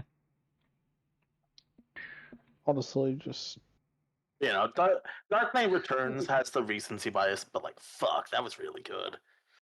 Yeah, no, and it is really, it's kind of ironic to have done that one last, considering how, like you said before, it is kind of indirectly responsible for almost everything else on this list. So. Oh yeah. It was oh yeah, that's the most important thing I forgot. That was the inventor of Joker being gay for Batman. That is the origin point. The hell of an origin point, especially with what you said about how it ends with all of Joker's dialogue being in Batman sex bubbles. After he broke his neck. And they started with it being the gayest one. It's very curious that the gayest Batman movie also happens to be the one that seems to just viciously hate women as well. Yeah. What do they mean by this? Also, that ending bit at Bruce's grave when Clark looks over at the Robin and is just like, I know what you're doing. Just be good about it. Hell yeah. And then Like, Snyder that's also shit. put that into end of Batman vs Superman. Look, can we add a second one to the F tier? Yeah, sure. What do you want to do? Batman versus Superman to F. I don't care. I don't know. If you're gonna make a case, I would say I hate it more than The Killing Joke, but It was really bad. Like, the more that I'm thinking about it, I'm just like, man, fuck that movie. I'm still mad that I bought 3 tickets to see that movie. I will also say Batman vs Superman is kind of the one that like doomed the rest of the Snyderverse, whereas Man of Steel was just like, you could have built something on that, but after Batman vs Superman, there was no chance. Man of Steel is like a deeply mediocre movie, but like there was value in watching it. It I has enjoyed problems, it. but they were fixable problems. But by the time of Batman vs Superman, you're just doomed. And then like you read Snyder's plans for, like, oh yeah, he wanted a whole. You're cutting out, by the way. Well, so I heard that you're talking about Snyder's plans, and then I didn't hear any of Snyder's plans. Well, he wanted to cook Superman. That's all you need to know. Yeah. Yeah, no, it's just like Flash is a deeply The Flash is a deeply disrespectful movie. Yeah. And like kind of morally abhorrent. I'm sorry, I can't. Man of Steel's just bad. I don't fucking care, dude. Yeah. Also, speaking of the Flash, it's not on this list, but if we were going to also rank the animated Flashpoint, I would put that in A as well. Yeah, we will probably eventually like also watch some of the other animated DC films. Yeah, yeah. Because like, I quite like the animated version of the Flashpoint Paradox. It kind of gets marked down for me when I rewatched it recently, and I was like, man, I really don't give a shit about all of this edgy alternate universe post-apocalypse part of it. I kind of wish it just focused more on the Flash instead of this like bullshit war between the Amazons I and do know we have Atlantis. more DC stuff on the docket eventually, because like the topic came up of watching Joker and Joker 2. It's a bottomless well of content. Yeah. Also, yeah, if we were going to put Joker and Joker 2 on this, I would put Joker 1 in B and Joker 2 in E.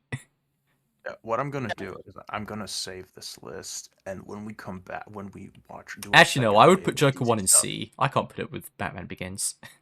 Yeah, when we do our second wave of DC stuff, we will just resume the tier list. There we go. Yeah, we are. So, as I want to say, I thought about this after bringing up Batman cooking Superman in the DCEU. So, all of these movies, even the ones I don't like Batman v Superman and Suicide Squad, I can get why someone would like it. Like, I'm like, okay, sure, there's this element or there's this element. Yeah. I think if you like The Flash, you have a deep contempt for art, and you are probably entertained by AI-generated YouTube shorts. Oh, yeah. Yes. Yeah, but to be fair, I would say that about a lot of the Snyderverse. Yeah. The Flash for me, he's a lot of the same like criticisms I have of like the current wave of AI bullshit, where this is soulless. No, I'll say one thing about the Snyder movies. They have soul. They're deeply evil souls that I think need to be purged, but they're soulless. Yeah. Like, I really hated the Snyderverse. I think they were all generally bad except for Man of Steel. Yeah, love it or hate it. I will always give Snyder this. He has an artistic vision and he wants to create things. Like even if it is a chud vision. Love it or hate it, when you see Justice League going into slow motion for the 5th time in 2 minutes, you can see Snyder behind the camera in your head, just smirking and having the time of his life. Oh yeah. Yeah, like I hate it, but I do respect that. Like, look, he wanted to make a thing, and he made a thing. It's like, oh, it's gonna look so cool when I put the Bible music over it. Yeah. Ancient lamentation music. That's right. Distant Yoda. I still stands out for me though. Like, what if that fucking Flash section at the memorial with Superman? Like, that one was pretty good. Snyder behind the camera thinking like, oh, what if Joker crucified Batman on the bat signal? Hell yeah.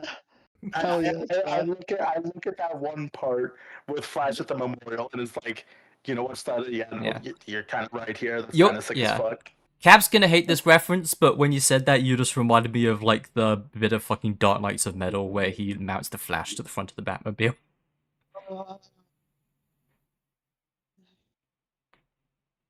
So I just had an idea actually. So we will definitely do this again because back a while back, me, Cap, Asuna, and I think Sam, we watched a bunch of Star Wars stuff, and I just realized we never ranked them. So, I've got some opinions on Star Wars, but that can wait for another time. You're not gonna like my opinions. I'm gonna prepare another tier list this weekend, Yeah. so we can do the Star Wars stuff that we watched.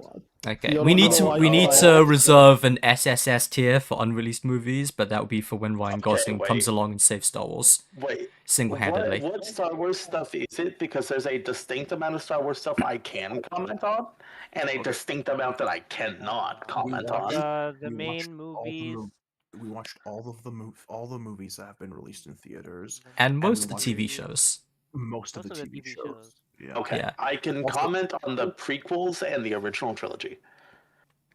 Wait, Nevi, you haven't seen the sequels? Not a single one of them. Well, good news, they don't matter, and now you can't even see them at fucking Galaxy's Edge anymore. Nevi, Nevi, would you say that you have lost the Star Wars? Yes. I've lost the Star Wars. She doesn't even know what I'm referencing. She doesn't know. She doesn't know. Nevi, okay, on the other hand, I do want to sit down and watch Andor, because I keep hearing that one's real good. Nevi Andor is good, yes. Nevi has Andor is good that when we do the tier list, I'm just going to tell Swag Bro to just name the top tier Andor. Don't even call it S. Yeah. Just call it Andor. No, Cop Force Unleashed. But no. God, no. Yeah, so I liked Andor. I didn't really like those scenes, though, at the start of every episode where the lead director came on screen and said, "I've ordered the Red Guard to kill all white people." I thought that was a little bad. I think you're just a little bit biased, but don't worry. You won't be once you're dead. I don't know what that has to do with Star Wars. I think it was quite a hate-filled message. Yeah. Yeah, I think I agree with him. Canadians are double white. You're fucked.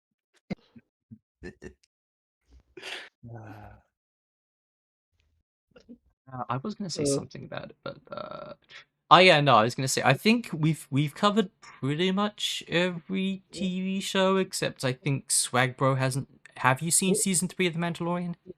I have. Okay. So we Skeleton Crew. Skeleton Crew is the one thing I don't think any of you watched. Did y'all watch Acolyte? Yes. Yes. We did. Oh, we did. I don't remember. Yes. Yeah. I don't remember. We watched Obi-Wan as well, and I don't remember it. Obi-Wan, like, I'll spoil it ahead now and say I think Kenobi is like the actual worst thing that they've done in the entire like era of reboot Star Wars. Like, I think it's worse than the sequel movies. I think it's worse than Ahsoka. Granted, I think part of the problem is with Obi-Wan and the Acolyte is we watched both of those when I just moved house and my internet was atrocious, so I literally could not watch it. It was just a PowerPoint when we watched it, quote unquote. Yeah, like the worst thing I can say about Kenobi is that as bad as many of the other things are, Kenobi's the only one that actually does manage to damage the original trilogy with some of its retcons. I barely hear anything on Obi-Wan. Which is crazy because it's the one that got the most views by far. It like lapped the field over all the other shows in viewership. It is the one I was going to watch when it was announced. It was the one I said, "Oh, I'll watch that." Yeah. I also feel really bad for Ewan McGregor talking about how much he loves Andor. And he's like, I wish they could just make a season 3 so I would be in it, which would ruin the show. But just please let me be in a good show. Yeah. I'm Obi-Wan's secret twin brother who isn't a Jedi, meaning I can be in the show. Yeah. I do remember, what was it, like, around, like, the cycle of it coming out, hearing okay things about Acolyte. Before it came out, there were a lot of things that seemed to bode well for it, and Acolytes, I will concede, is a very bad show with some cool ideas that a more talented showrunner could have actually pulled off in an interesting way. So, you want to know the worst part, Nevi? Acolyte has some of the best fight scenes you've ever seen in any Star Wars thing. Oh, I would say, like, in terms of fight choreography, Acolyte is the best live-action saber fights there are, period. It's such a shame. It's such a shame. The only cooler stuff is the CGs for SWTOR, and that's animated, so it barely counts. So what I should do is look up Star Wars The Acolyte fight compilation. Unfortunately, the YouTube edits for those kind of suck. Okay, but How does it compare to the second Battle of Geonosis from the Clone Wars TV show? It doesn't. It's better. I don't know. The one thing I will say is actually like not great about those fight scenes though is the music lacks aura. It's very hokey. I think those fights need better music. Listen, those lesbian witches didn't pull out a flamethrower and burn a bunch of bugs alive, so it's not as good as Clone Wars.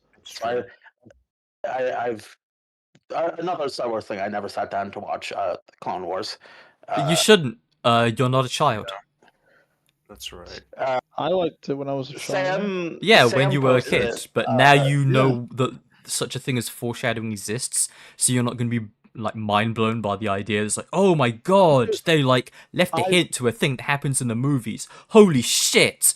I'm gonna be honest. When I watched Clone Wars, oh my god, Anakin force choked someone, and then they played Vader's theme over it. My mind, it's exploding.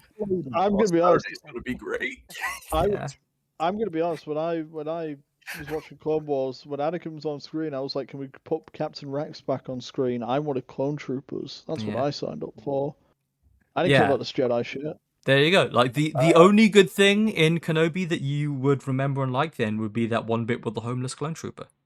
Well, ironically, that was one of my favorite scenes, just because like, oh, that's a fun little bit of world building. I like that. Yeah, it's like one of the only fun things in that show.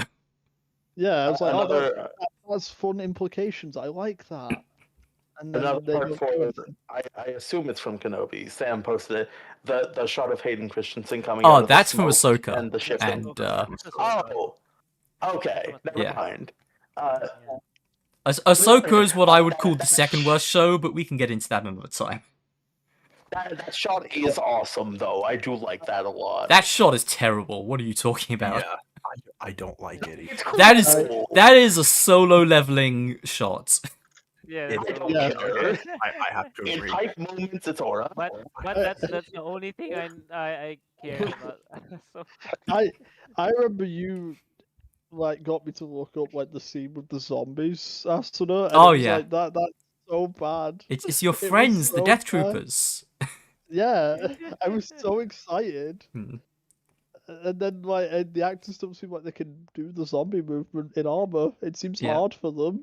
Also, the whole thing is just like, oh, we have lightsabers, but let's make sure to not decapitate any of them until the one scripted one for the story.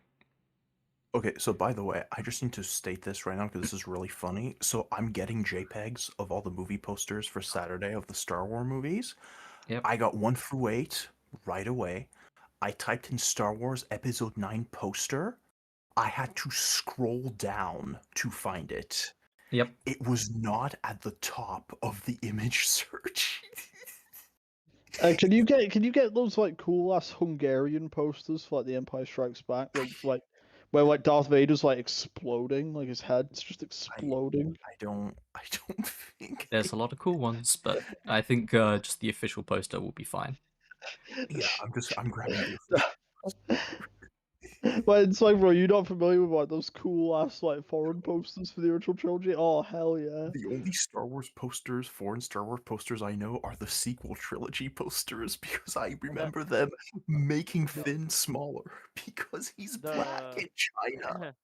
Oh yeah. The only live slug things reaction. I remember about Acolyte were Manny Jacinto and Squid Games guy. That's the only.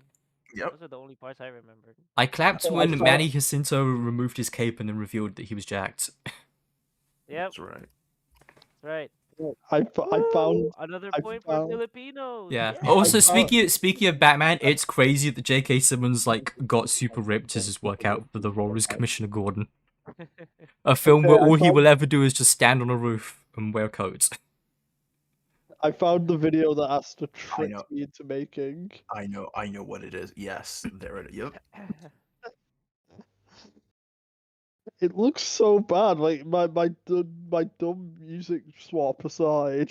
Oh my god, I don't remember anything about Ahsoka except that flashback. I don't remember a single thing. You don't remember Balin's skull walking around in Orifani? Oh, yes, yeah. Rip. It's gonna be weird that when they recast him for season 2. Because they already announced that in season 2 he's gonna be played by The guy who played the Hound in Game of Thrones is him now.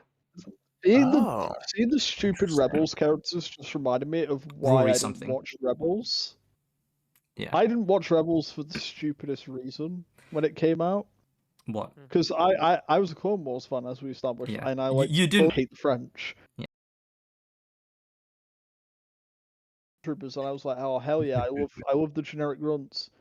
I realized, and I saw that they were these dumb characters where it was like, oh, it's a Mandalorian, a Jedi, and a dumb kid. It's like, I want generic guys. I wanted generic rebels. I realized now I basically just wanted Andor, where I wanted like guerrilla guys. Even as a kid, I was like, I wanted someone kind of like that. The funny thing about Rebels is that whenever people talk it up, if you go and watch the episode that they're talking it up from, they are almost always talking about the B plots, which is like 30% of the episode, and then the majority of the episode that they're talking about will be full of this inane like. We have to steal some stormtrooper outfits to infiltrate the base to steal the gas bullshit. Like, it's always like, oh, you're thinking too hard about a show for children. They weren't going to do that. It was like, I was a child and I wanted it to be like gorillas. Yeah. Yep. Because I played Star Wars games where rebels were doing things like that. Yeah, my favorite like disingenuous defense people would always do with the sequels was whenever I would complain that the expanded universe was underdeveloped. Just like, man, we've got like no good video games set in the sequel era. We've got like we've got like one interesting book and like barely any comics going on. And then people were just like, well, they have to finish the trilogy, obviously, before they can do that. It was just like, I was growing up during the fucking prequel era. We didn't even have to wait for the second movie before we started getting a whole glut of video games based on just Phantom Menace. The prequel era was a fucking golden age to be playing games and reading comics. Yeah. So, the most interesting sequel trilogy thing I've seen isn't actually from the sequels. Yeah. It was from I forget the name of the book, but it was like an in-universe like history book about the Empire that was written by an actual like World War II historical like non-fiction author, and it was going into like Imperial armors and like vehicles in museums and how it's like these are so divorced from the context of like the atrocities that they're used for that many people just don't care and they think they're cool and like they fetishize them, and it's like that's really interesting. Like, some people have really tried to salvage like something about the whole idea of the New Republic being too like neoliberal and placid to prevent the rise of the First Order, but the problem is that the people who do that are never people allowed to write stories that matter, so it can only be lore. Yeah, like this random book is the only thing that kind of sold the First Order to me. It's like, oh yeah, these are neo-Nazis who just society did not teach about the atrocities of the Empire, so they don't care and all that. And it's like, oh, who wrote this? Oh, it was the guy who writes about the actual rise of Nazi Germany. And he basically just did that, but in a fictional context. It's like, yeah, you know what? A non-fiction World War II author, probably a good pick for something like that. Yeah, you might imagine he has some things to say about it. Yeah. I need to find that again. It was Passage. Yeah. Like just to share with everyone else here. Because it does ring a bell, but I actually am blanking on what it's from. It was some kind of like lore book that wasn't a story. Yeah. It was like I said, it was meant to be an in-universe like history book. Yeah. You know, sort of like, you know, rise and fall of the Empire thing. Basically, what he writes about for the Nazis, like in reality. Like, it was sort of like, you know how like World War Z has Max Brooks as a guy in the story writing World War Z. Yeah. It was basically that, but Star Wars. But it's like, oh, he's talking about, oh, this is why the Empire fell and all that. You know what? Why not? Why shouldn't I add this? Yeah, there we go. Is it a movie? No. Is it a show? No. But I'll still add it for the. Oh yeah, it's what you call the rise and fall of the Galactic Empire. Yeah.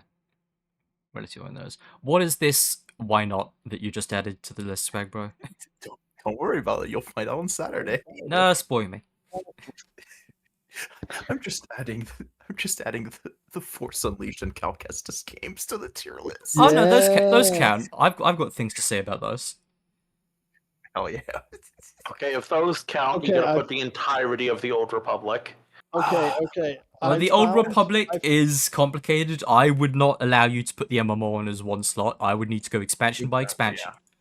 Yeah. Okay, but the thing is, only Asuna has seen those. So. Yeah. Okay, so I'm fine to just give you a lecture and you just like sit there. I found the passage that I was talking about. Coruscant is an excellent example of how such a huge topic can be distilled for a civilian audience. There can often be a tension between the desire of at least some of the public audience to get up close to famous or infamous weapons of war like TIE fighters or stormtrooper armor, and the need for museums and historians to explain the context of these objects and the ways that they were not neutral or set apart from the crimes and horrors they carried out. As we mentioned in later chapters, there remained under the New Republic groups who idolized the Imperial aesthetic and tried to present a clean version of the Imperial military, which championed their training and military effectiveness while ignoring their war crimes and atrocities. Yeah. So I can absolutely imagine some kind of like New Republic Imperial apologist who's just like, the stormtroopers really bad, but the Imperial Guard, they were fine. Captain Nita was... ever seen these Force Unleashed 2 posters I just posted in the meme channel? Yes, I have. No, Captain Nita, he wasn't a Nazi. He was just a really good commander. He didn't believe in Palpatine's people do that in ideology. real life so often. What do you think? What do you think I'm referencing? I'm going for Rommel. Oh no! If you don't understand, if you watch the fucking cut scene where he refuses to fire the Death Star, then that just proves that all along he was a good fascist. Hell yeah, let's go. To a lesser extent, I don't know if any of you will recognize this reference, but people do that with Paleon all the time as well. See, if they wanted to make the sequel trilogy dangerously interesting, we would be getting so many like ex-Imperial commanders in the New Republic government. Yep. No, they're useful though. We're not going to try them. Yeah. They do like vaguely hint at that at one point in Ahsoka, where they have the fucking the senator that's trying to like refuse to allow them to send help. Who's like he's one of the First Order sympathizers, but they don't really get into it in a very nuanced way. See, that's just what's frustrating to me about the sequels is like I always look at it as, oh, this is dangerously close to like a really interesting era, and then they don't.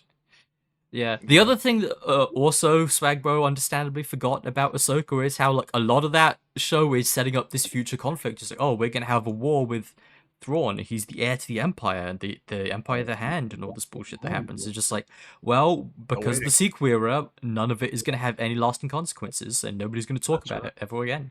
So. Okay, I found another quote. This is from the back of. So this is like what they're trying to sell the book with. The various laws and legal systems created by the Empire were never designed or intended to be used in the service of justice. Instead, they were, like so many other tools, a weapon to be used against those who failed to comply with the required levels of obedience demanded by Imperial authorities. Yep. Sounds about right. I'll need to actually sit down and read that book. That sounds really good. It is. You know what's funny, Nevi? You know who's right below this from like 6 months ago? You saying, yeah, this book sounds really good. I should read that. Right directly below the quote that I posted back in May. That's funny. Yeah, I should read Yeah, I should read this, says Nevi, in 20th of May, 2025.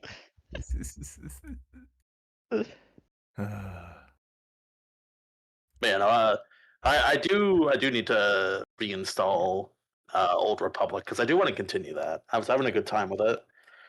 Yeah. Okay, so I'm still really depressed. I used to have like full recordings of every class story for the Old Republic and like every outcome to every choice, and then it just on the fucking hard drive that died. That was like 800 gigs of video that took me like 3 years to record. Oof.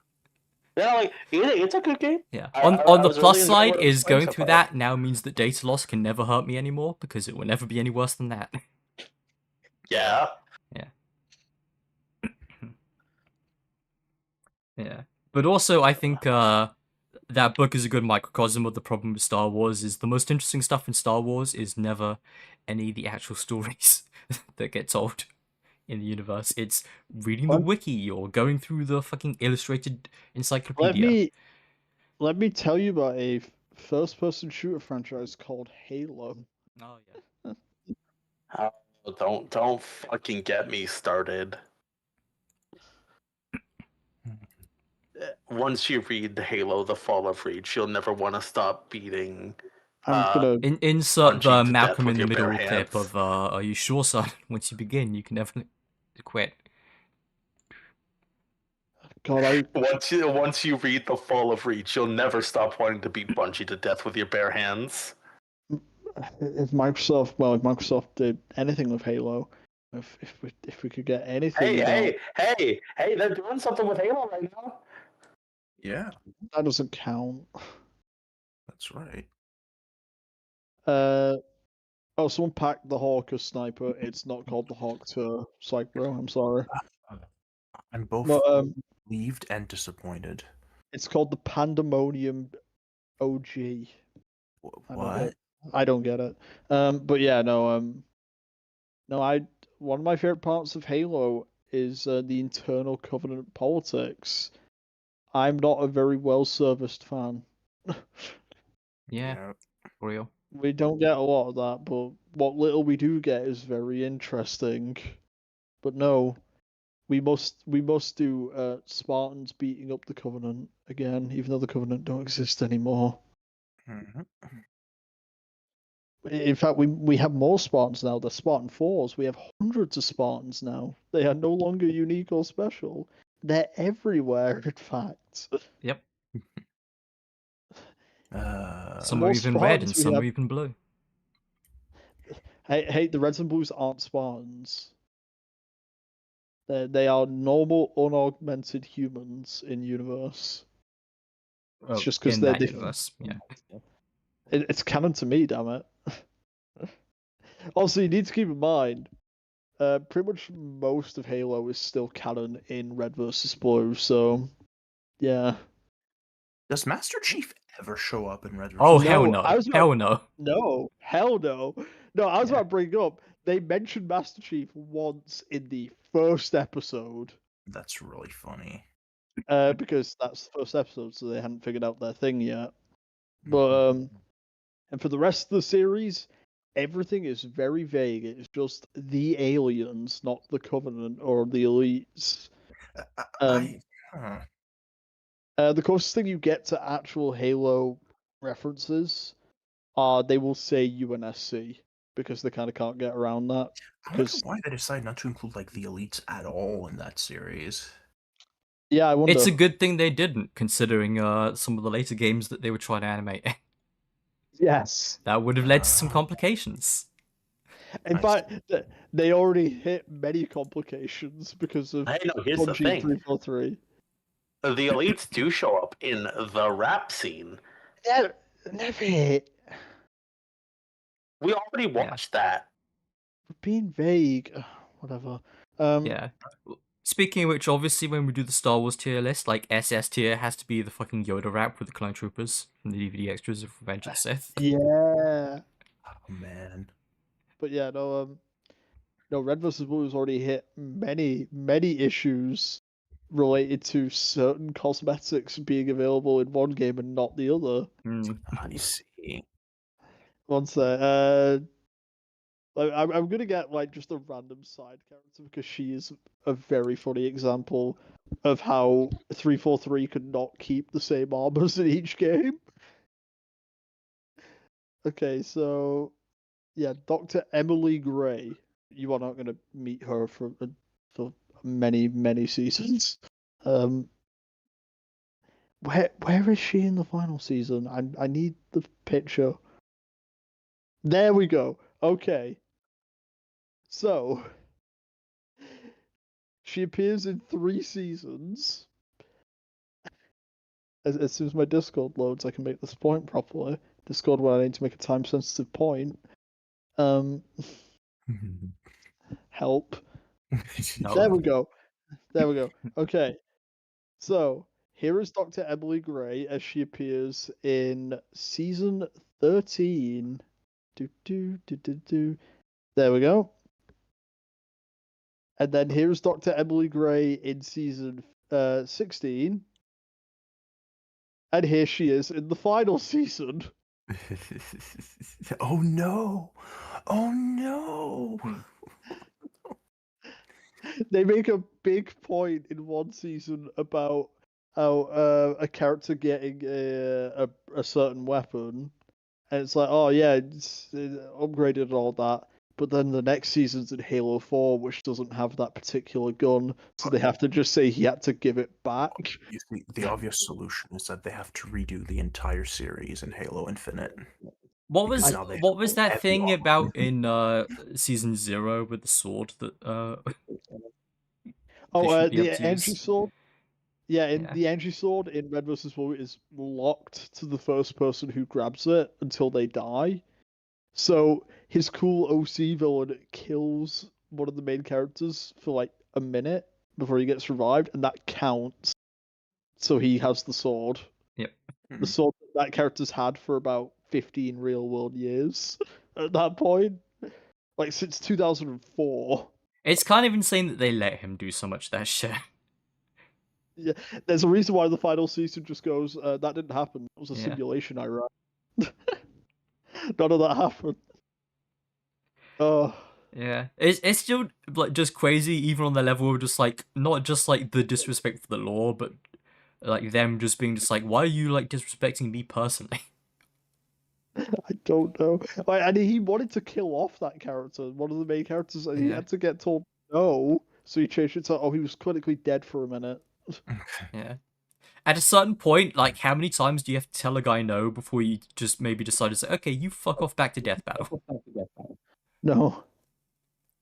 Okay, I was going to bring up another example of like a character having to get redesigned because of Halo being Halo, but then I remembered like the redesign actually kind of looked better, so maybe that one doesn't count. You know why? Because she got Recon, and Recon's one of the best helmets. Ooh. Okay, maybe not the Halo Infinite version. The Halo Infinite version looks chopped. I don't remember it looking like that. The point is, Swipe Pro, as terrified as I am, it's going to be a very interesting journey. It will be interesting. I just hope my dreams don't come to pass of a very awkward silence. I will tell you there is one thing that I did open each of the 5 seasons briefly to download subtitles for them. Yeah. And something that I discovered is that there's apparently 10 billion different versions of the Red vs. Blue seasons out there, because finding the correct subtitle files that sync correctly with the videos was a nightmare. So yeah, that makes sense. That is the thing. So I did find them. It's a pre-YouTube show. Yeah. So the thing is, there are 3 possible cuts off the top of my head. So the cuts that I have are all the season episodes put together in a single video. So I was about to say there's the online cuts, which are individual episodes that are about 3 to 5 minutes each. Yeah, I was gonna say, as part of the benefit of being so old was they literally couldn't make the episodes too long. Yeah. Then there's the DVD cuts that are, a movie. It's just all of them edited together. And then there's the remasters, where, once again, this is going into... They filmed in Halo, which had interesting effects. So they remastered the, first 3 or 4 seasons, in 2008 or 2009. The way they remastered it is they refilmed every single episode on the PC version of Halo. Oh my god. So what happened was Gavin Free of Slow Mo Guys fame had to single-handedly remake every episode on his own on the PC version. Nice. And because here's the thing that you might... I don't know which versions you got, so I don't know if this will be a thing. The unremastered versions, because they were filmed on the Xbox version, have black bars, like, cinematic black bars. Do you want to know why those black bars exist? Because of old TV framing? No. No. Because Halo 1 and 2 did not have theater mode. So what those black bars are doing is hiding the gun and the hood of the cameraman. Oh, let's go. Oh my So, god. Okay, wait. Just to check, Swag, Okay. can you pull up the season 1 video just to see which Okay, version yeah, it actually, is? wait, actually, I am kind. That would be wise. Yeah. Yeah, because I am kind of curious if it's remastered. Just or in not. case, like, you need to get like another one after this. No, here's the thing. It's not, the unremastered version's fine. It will just be very funny when you know that fact. No, I would rather the unremastered.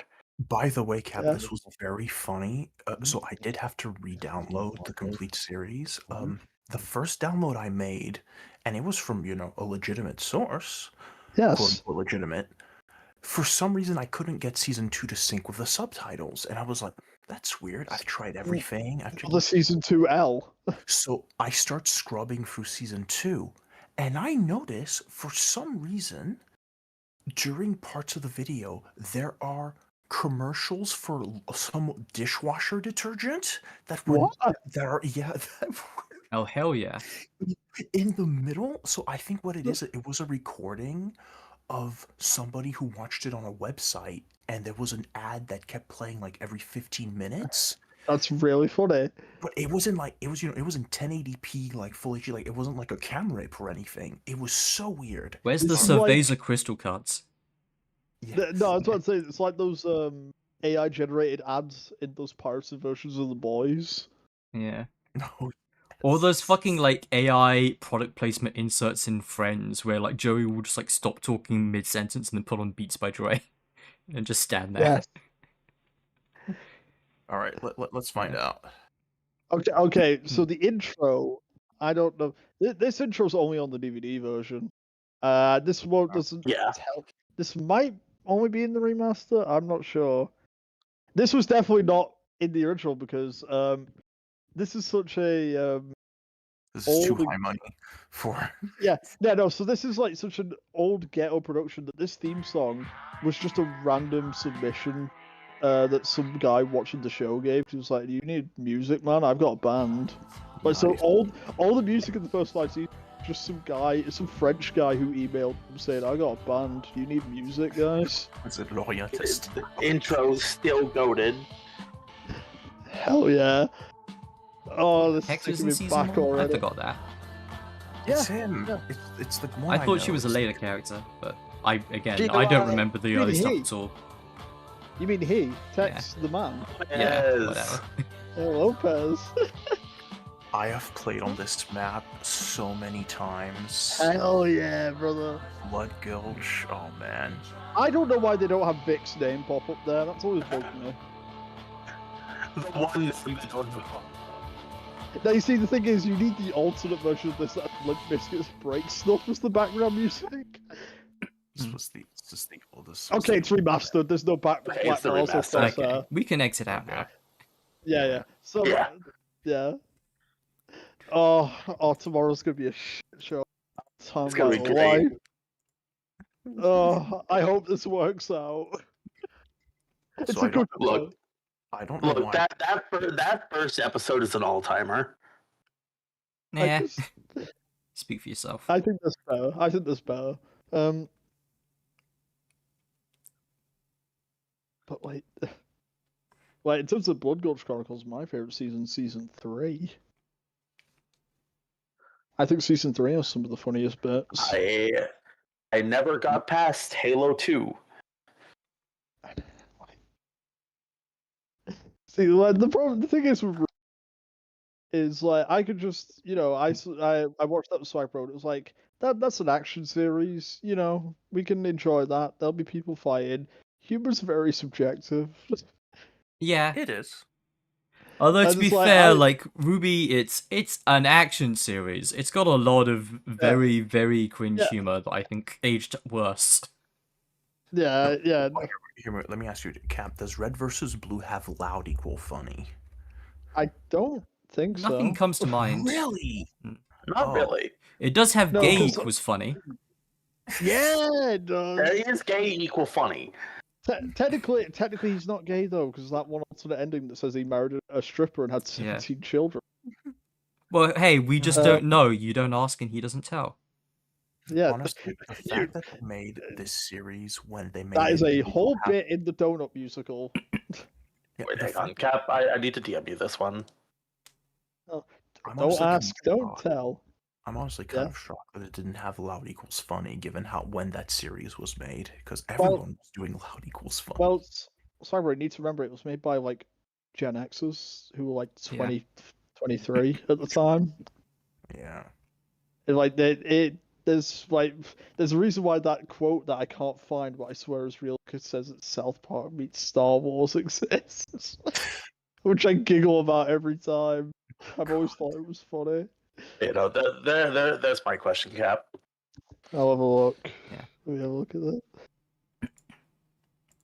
I go. Oh, that. It took me a minute to realize what that meant. Yes. That's That's very early on. To give you an idea, Red vs. Blue was originally meant to run for 6 episodes, and that is in the first 6 episodes. Oh, wow. Yeah. Yeah. But finally watching that Dr. Diabolic video you sent in, like that's a good looking skin. Yeah, it was meant to run for 6 episodes. It aired its final episode last year. And that episode is in itself unrebooting a reboot. If we get that far, that's gonna be interesting. Oh, I strongly doubt that, but no, I thought we were like I'm watching scared. the first 10, 15 seasons. Yeah, no, that's why I said if, also not 15. I'm not watching season 15 again. I want to put a gun in my teeth. Oh, that said, I do kind of want to do it just to force you to go through 0. No, so here's the plan. Assuming this isn't the most humiliating experience of my life, I don't think you understand how scared I am. The plan is, we do first 5 seasons Blood Gulch Chronicles. Take a bit of a break. That's up to Swagbo's discretion. I just thought that as an idea to not drown in the show. Yeah, absolutely. Yeah. No. That's a good idea.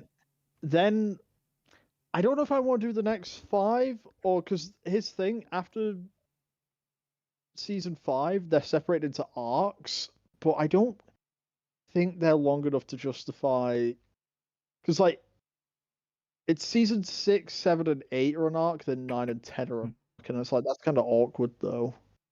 So I think we would just be better off just doing another 5. You know. Yeah. No, that was the plan. That's also, and as you get further into it, the episode lengths start to get longer as well. So. Yeah, they get longer. Like this is a weird. Okay. So you can't treat the middle seasons the same way as the early seasons. I do think like 11, 12, and 13 will need to be done together. Like they are longer, so obviously not all in like one weekend or anything, but like I would say 11 to 13 are the most tied together arc. Yeah. Okay. In that it feels like an actual trilogy. And then my plan, assuming that all goes well, is I was going to grab certain episodes from 14, because 14 is an anthology. So I was just going to grab like, I don't know, the 5 episodes that I think are worth watching from that anthology. Oh, coward. Like I said, like all the shows, like I've downloaded the torrent I downloaded as the complete show. They're all separated into seasons. I mean, we can do all of season 14 if you want. I'm just saying, like, that is what I would personally do. Is just grab like I would grab the Merc trilogy. That's the one that's worth watching. No, because like there's an episode written by the Ready Player One guy in season 4. Oh so yeah. I don't know. No. I would say that might be the most important episode to watch. Okay, I will put that on the list if we do that, because I think that will be. I think we'll have our heads in our hands. Like, we get it. You like Reservoir. Please shut up, Mr. Ready Player One man. Yeah, we finished watching. And then, like, now we're talking about Red vs. I would say once again, if that all works out, do the finale movie, I think we just skip all the time travel shit unless we are very more curious, like as a group.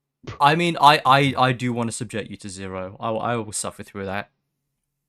Zero's not part of the time travel thing. We could do that on its own, to be fair, because that was maybe the all the time travel stuff. Yeah. Well, the movie undoes it, so close enough. But yeah. So like, if I had to basically, because this is probably very confusing, Swag Bro. Seasons 1 to 5 do technically have a plot, but it's like it is just a comedy. Like, don't think too hard about it. It's like, oh, there's a plot there, but who cares? Season 6, they go kind of beast mode, where it's just like, okay, what if we put these comedy characters into a military sci-fi plot? They have to do. They're doing bits in the middle of an actual serious plot, I guess. Okay. Yeah. Yeah. I guess it's like the crew basically gets separated into two groups. It's like, okay, red team, you be funny occasionally. We'll cut back to you being funny. And then 11 to 13 is actually my favorite arc. That's also a serious thing, but like, I don't know. Without having my finger too much on the pulse of the community at the time, it does feel like that was the era when it like started like really blowing up. Oh yeah, no, but people loved the serious turn, and like 11 to 13 is a fan favorite. Fun fact: 11 to 13. So, the first 10 seasons were all written by like one guy, pretty much, and then he went to being big CEO man or whatever.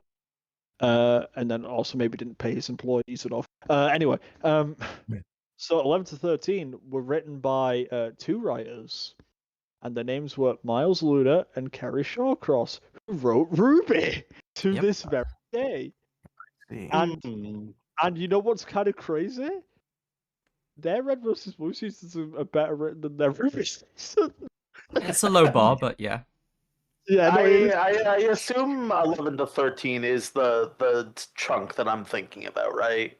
Yeah, it's the Civil War thing. Oh, I thought it was the freelance arc. No, Freelancers is 6 to 10. Oh shit! God, season 9's gonna be a trip.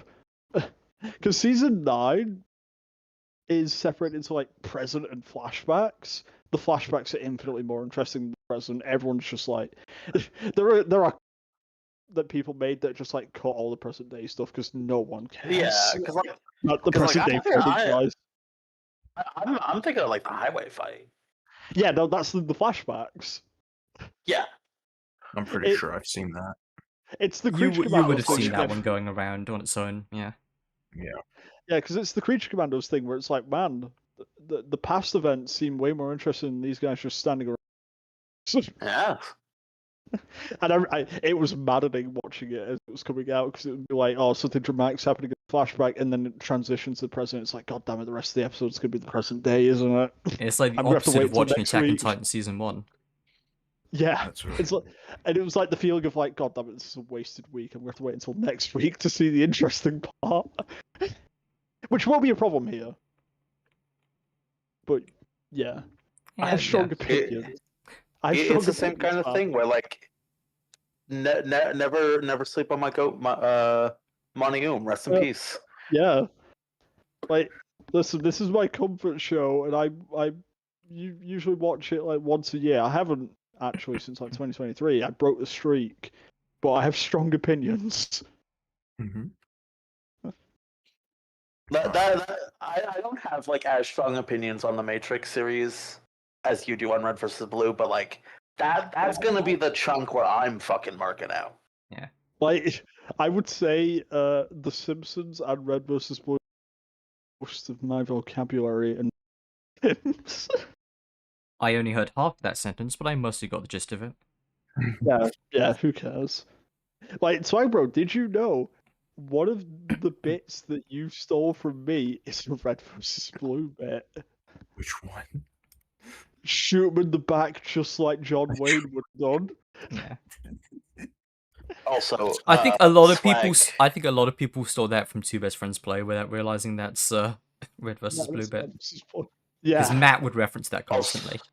Yeah. Also, Swag, I don't know where it is on the docket now, but for The Matrix, obviously, the first three movies...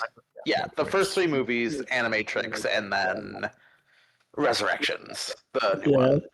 I don't know why you want to watch Resurrections. But Okay, so I genuinely like it. And I then really once, like it. yeah, and then once you get to the end of the third movie, you need to stop watching it and then switch to the video game.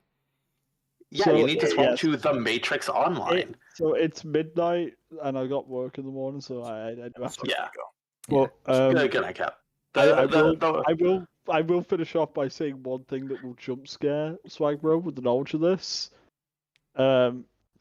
If I get that list of season 14 episodes, I'm including the adults pilot that was never produced. That's in season 14, because they were gonna have an adults on TV, fully 2D, like 2D animated, like proper cartoon. Only the pilot was produced. And because it's fully animated, that means we can get more in-depth bits like, what if the Reds and Blues fought the Covenant? Spoilers, they're not very good at it. Of course. The last part I got skipped over. Before we watch Resurrections, I will have you pull up a single cutscene from The Matrix Online. All right. We'll take a look at that when we get there. Yeah. All right, well, see y'all tomorrow.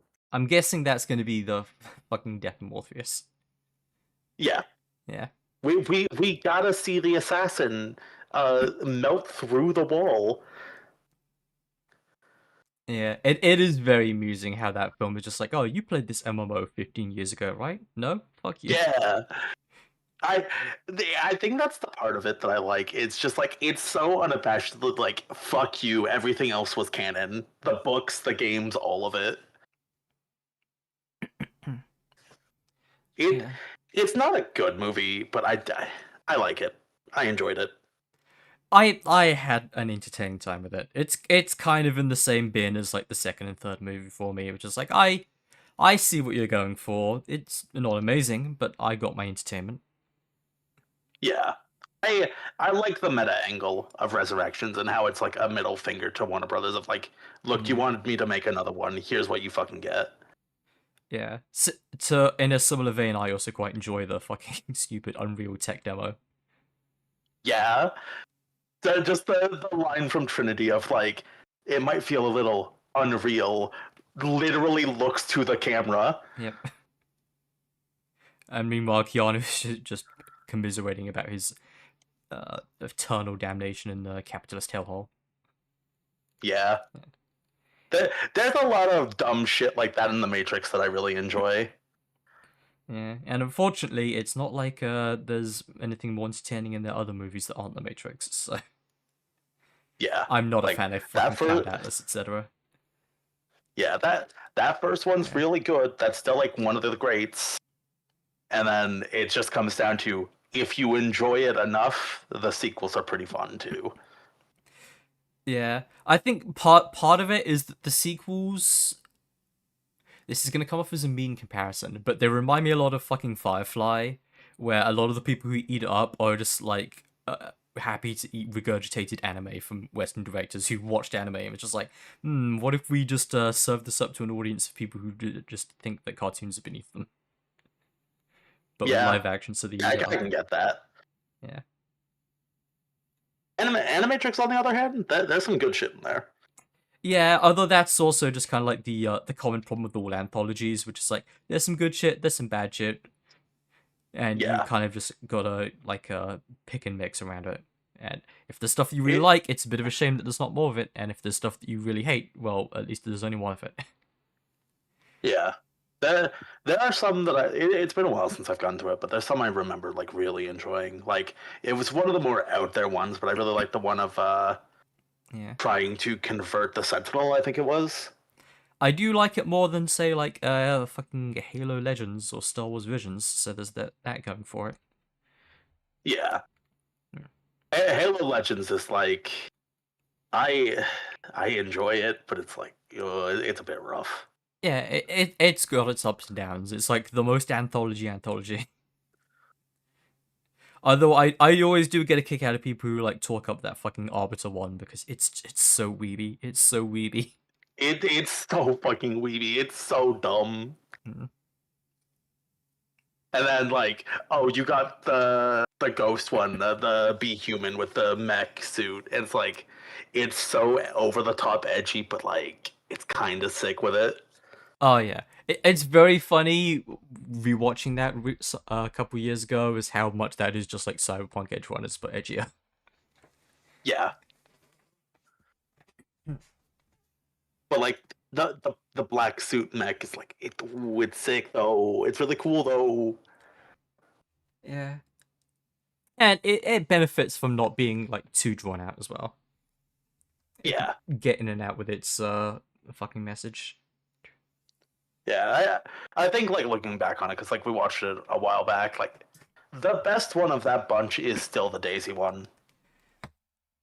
Yeah, I mean it's never gonna match up to the peak that was the live action version of the Halo TV show and Halsey Sport 2 program, but oh my fucking god.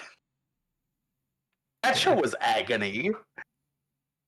It sure was entertaining how season 2 just tried to speedrun like 5 different arcs that don't fit together. And then it ended on them on the ring, and it's like, oh, fucking Guilty Spark was talking to Chief the whole time, and it's like, what the fuck are you doing? You successfully served Dracula for 2 seasons. My favorite thing about that was the thing that a lot of things do, where they just take the sequel hook from season 1 and shit all over it. Yeah. It's just like the only interesting thing about that whole first season was that Master Chief fucking died. And just like, no, he didn't. I will never let the guy who played Chief live the fucking comment down of like, oh, how am I supposed to act with a mask on when there's an entire genre of that's been running for decades. Yeah, I mean, that's always like the most shallow, like, point, and also like the most uninteresting thing to counterpoint and argue against because it's just so obviously wrong. Yeah. Like, fuck Kamen Rider's right there. Super Sentai's right there. Yeah. But to be fair, I don't think he would have done a particularly good job in or out of the armor anyway, so... That is true. It just would have been better than seeing his face all the time. Yeah, I mean, the funniest thing is that the fight sequence at the end where everyone's like, oh, now this is Halo, is like the one bit where he's not controlling his own body and it's actually Cortana. Yeah, but I like that last fight was like, this is okay, and then I think it was like, there was like one fight in season 2 that was like, this is pretty cool. Yeah, none of the action sequences in season 2 really jump out to mind. There's, it's not a great sequence, but I do like the stupid fight of him like out of the armor fighting Kai and Vanek. Not Kai, Vanek and Riz, I think the other one's name is. You think I remember their fucking names? Well, yeah, obviously, there's the Silver Team from the Superior Timeline. They were in Infinite, right? I was so pissed off when I booted up Infinite for the first time, and I was like, oh hey, this emblem looks cool. It's the Silver Team. Yeah, it was very funny how they tried to pitch it as like the Silver Timeline, as if it was going to become a bigger thing, and then it just didn't. Yeah. But then again, they had plans for that show that went nowhere, which is just also very amusing. I think it would have been really funny if we got a season 3. I wanted to see what dumb shit they would have do. Yeah. Because the thing is, like, that show had a lot of weird pulls from the books that you wouldn't expect for how surface it is otherwise. That's the thing that pissed me off so much about it. Of like, look, you're pulling out all these strings from the books that are like interesting things that you could do stuff with, and then they just do nothing. And some of them are weird, obscure pulls. Like, Soren is like not an interesting character, but the fact that they even know who the fuck he is just like, you clearly know a lot more than the average Halo player in terms of the lore. Yeah. Like, no normie knows who the fuck Soren is. not only is Soren not in the games, Yeah. Soren is not from the main book. Soren is from one of the anthology books. Yeah. It's just a bizarre show. Yeah. I'm glad to say that I've at least watched it. So I've watched it so I can shit on it better. I think the funniest benefit of watching it was when I got jump scared by my fucking neighbor listening to it with like full volume on their like speakers blasting out. So I was just like, what the fuck is that music that I'm hearing? Oh my god, that's the fucking Halo intro. The TV show. Yeah. Oh. I have not encountered them or had any kind of conversation with them about that show, and I don't intend to. Good. But it's just very amusing to me to know that they are presumably a big fan of that show. That's just a very fun bit to carry forward now of like, oh yeah, that neighbor that really enjoys the Halo TV show. Yep.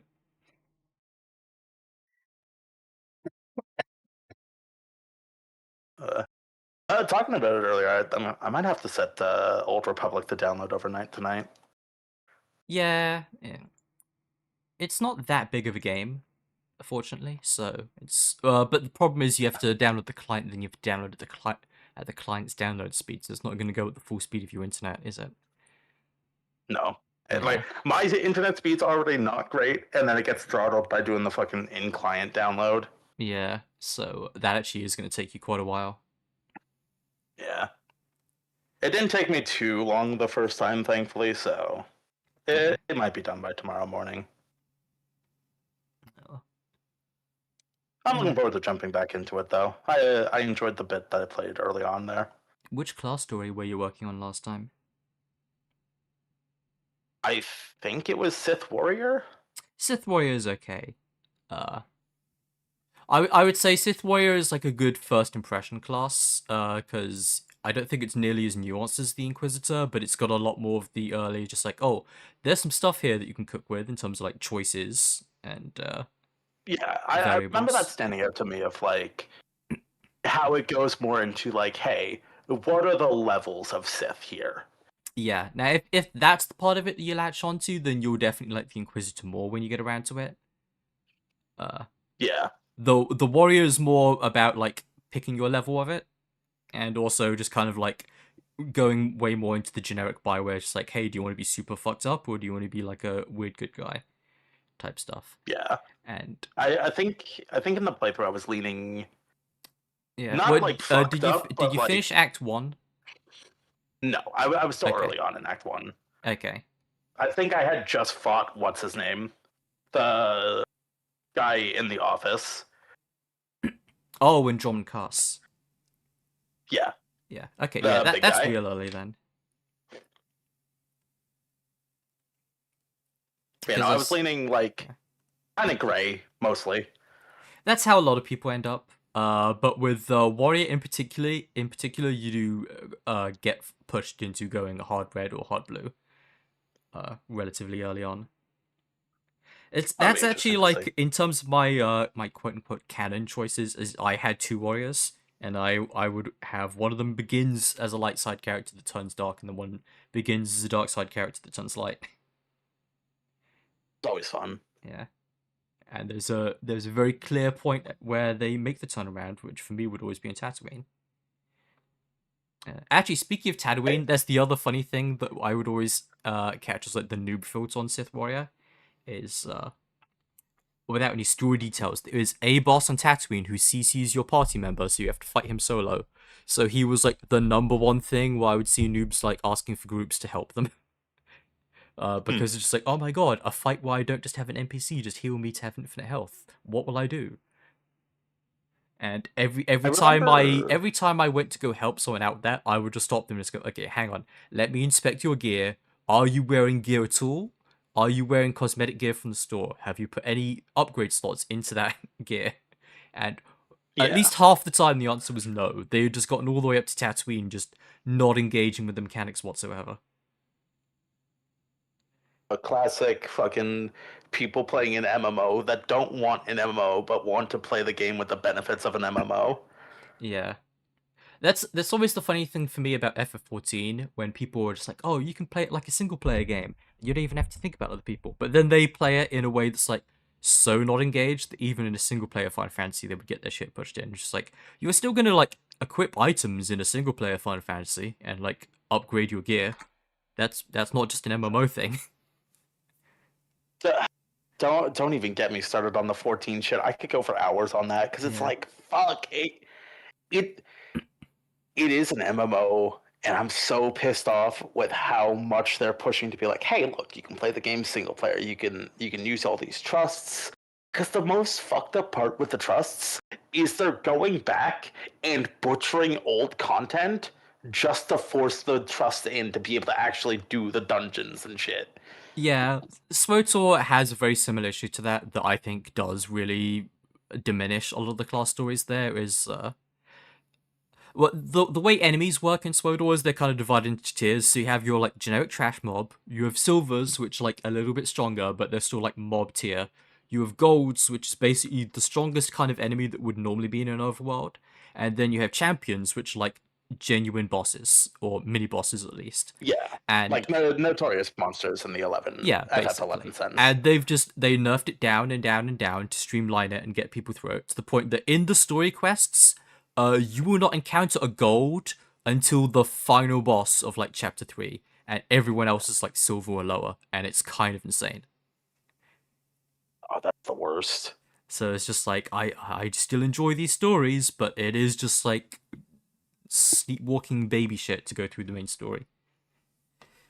It's something you especially see because like I like jumping around a bunch of different MMOs and like playing a bunch of different ones to see like how they do things differently.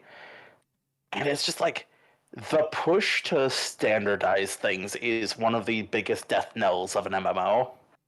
Yep. I think part of the other problem is that like it doesn't really prepare you for the kind of shit you're gonna have to do in dungeons and group content as well, because so many times grouping up randoms who are like relatively new to it, I've had to explain to them the concept of an interrupt or a defensive cooldown. Oh, that's the worst. And it's just like, I feel like the story should have been balanced to a point where you would learn to use those things normally. It's a similar issue to 14 where it's like the game doesn't really push you to learn that stuff until like Shadowbringers. Yeah, which is way too late. Yeah, because like if you're playing anything except for a tank, like DPS, don't gotta worry about that shit. You don't need to learn that shit. Yeah. But like they don't do anything to teach you it at all. I just thought of another funny example from SWTOR is okay, the final boss for the consular storyline has a channel that will instantly kill you, and you have to use the interrupt to stop him from channeling it, which is like a very basic thing. Is just you just hit the skill that interrupts and he'll stop casting. But it just filters so many people that end up on the forums and stuff asking, like, how do I beat this boss? It feels impossible. He just kills me every time. It's just like you just do this. You hit this one simple button that you should understand if you were doing flashpoints. It's not even like a raid boss in Rage. It's just a hey, press the button that interrupts thing. Yeah. So it's like that's the kind of thing that they should have tutorialized to you in the first planets, and it's on the very last planet and people still don't understand the concept because it's the only time you're ever required to use it. Yeah, because like the tutorial in 14, as bad as it is, shows you like, hey, this button interjects. This interrupts a cast bar that is flashing. Yeah. Ironically, I think the only way you would ever learn to use that in SWTOR before you get to any of the raids is if you're doing a lot of PvP. That's the only time it would ever come up. I have heard the PvP in SWTOR is like kind of sick. I had a decent time with the PvP. The only real issue I have with it is that it's a playlist system, so you can't pick the mode that you're queuing into. You kind of have to just take whatever you queue up for. Yeah, I like 70% of the PvP modes in that game, but then there's like that 30% where I match in, and it's just like, oh.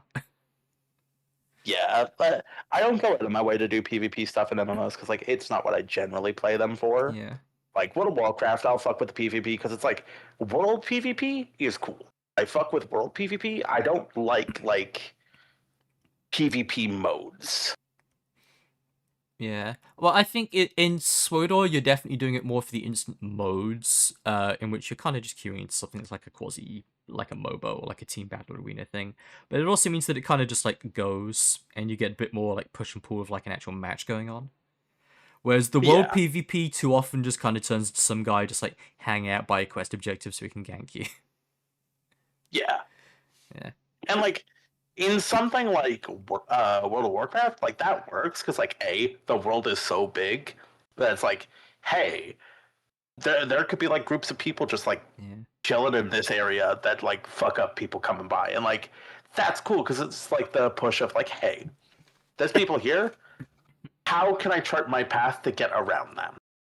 Yeah. Some of that I will also say is like the fucking long shadow of World of Warcraft and how a lot of other games suddenly decided they needed like their Horde versus Alliance faction conflicts that some people get a little too into, but a lot of other games don't really commit enough to, and even Warcraft didn't really commit enough to.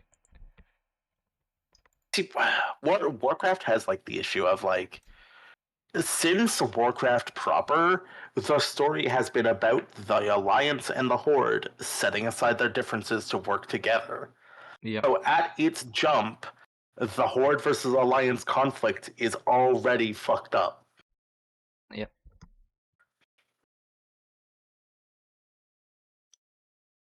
Although it's funny how like baked in that stuff ends up being to like the core of the game. Even on the basic stuff like the mail system. Yeah. Is determined by your faction. Which, that stuff, I think it's cool that it's like broken down that far, but it's like there's so much build up for it, and it's just kind of like in context, it doesn't really make sense for this. Yeah.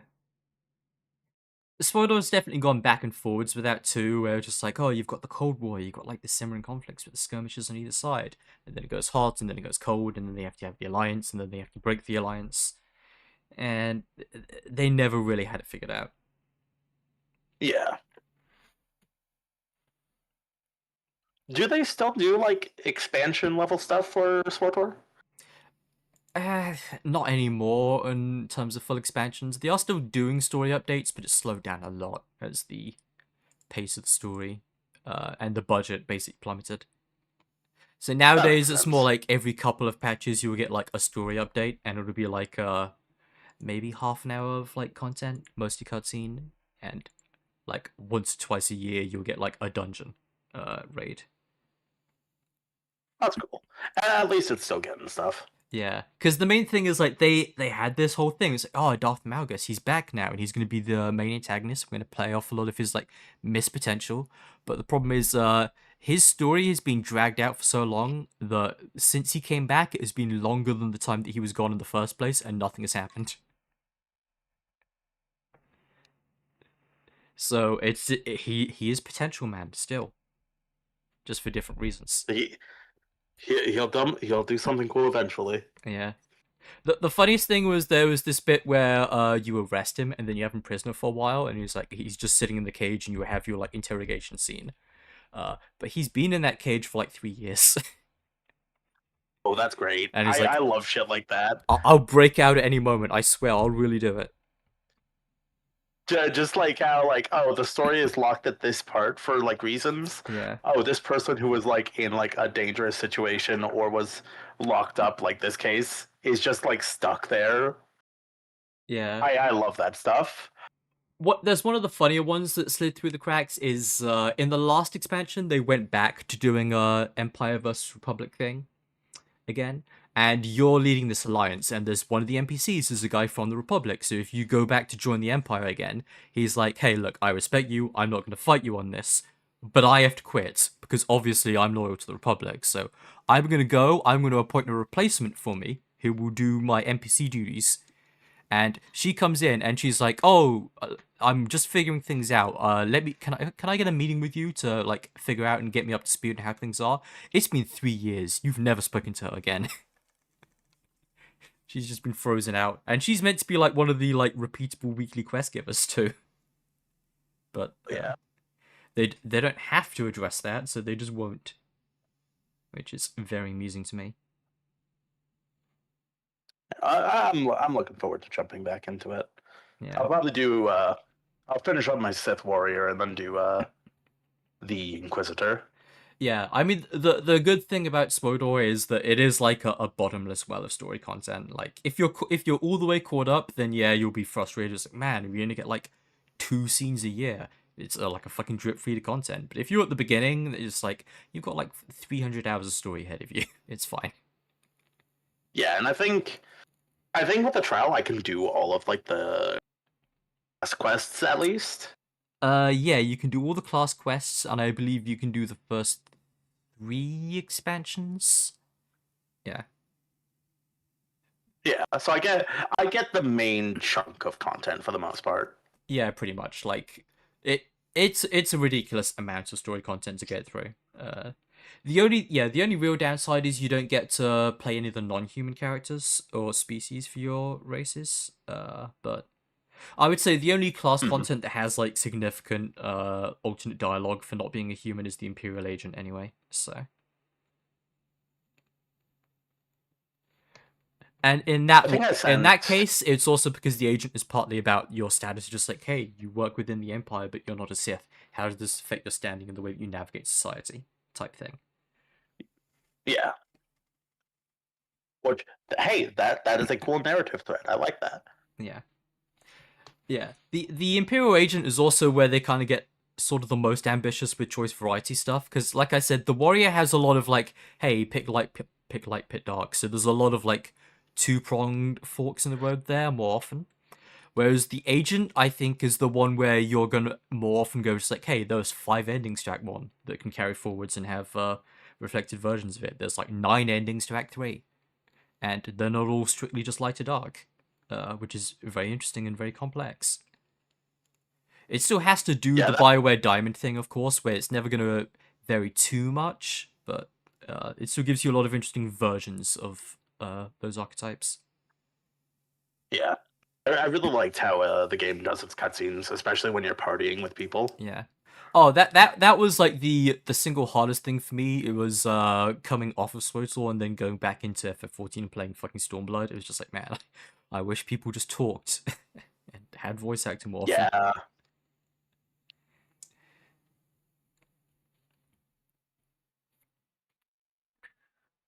It does. It reminds me of FF11, where none of it is voice acted, but due to like what era it was released in, they really went hard on how they did the cutscenes for 11 because it's like really well animated for the time. Oh yeah, but yeah, that's part of the like FF weirdness is that in general, Final Fantasy games are always like weirdly clunky in some things and like weirdly exceptional in others. Yeah, like for like an early era MMO, because like it was before WoW, it did cutscenes really well. Yeah, and I do think in general the cutscene bar is pretty low for MMOs in general. Like as jank as SWTOR is, that's kind of still its main moat above all the other games in the genre. Is there's just like, wow, you've got like real cutscenes with like significant amounts of voice acting. I believe that it had like the Guinness Book of Records for like most voice acting in a video game. I can believe that. Yeah. And a lot of it had mocap and stuff too, which was nice to see. The only other MMO I can think of that comes close for cutscenes is the Dragon Quest MMO, where I never got too much into that one. Yeah. I've heard a lot of stories about it, but they're almost all about the housing market. It is a very interesting housing market.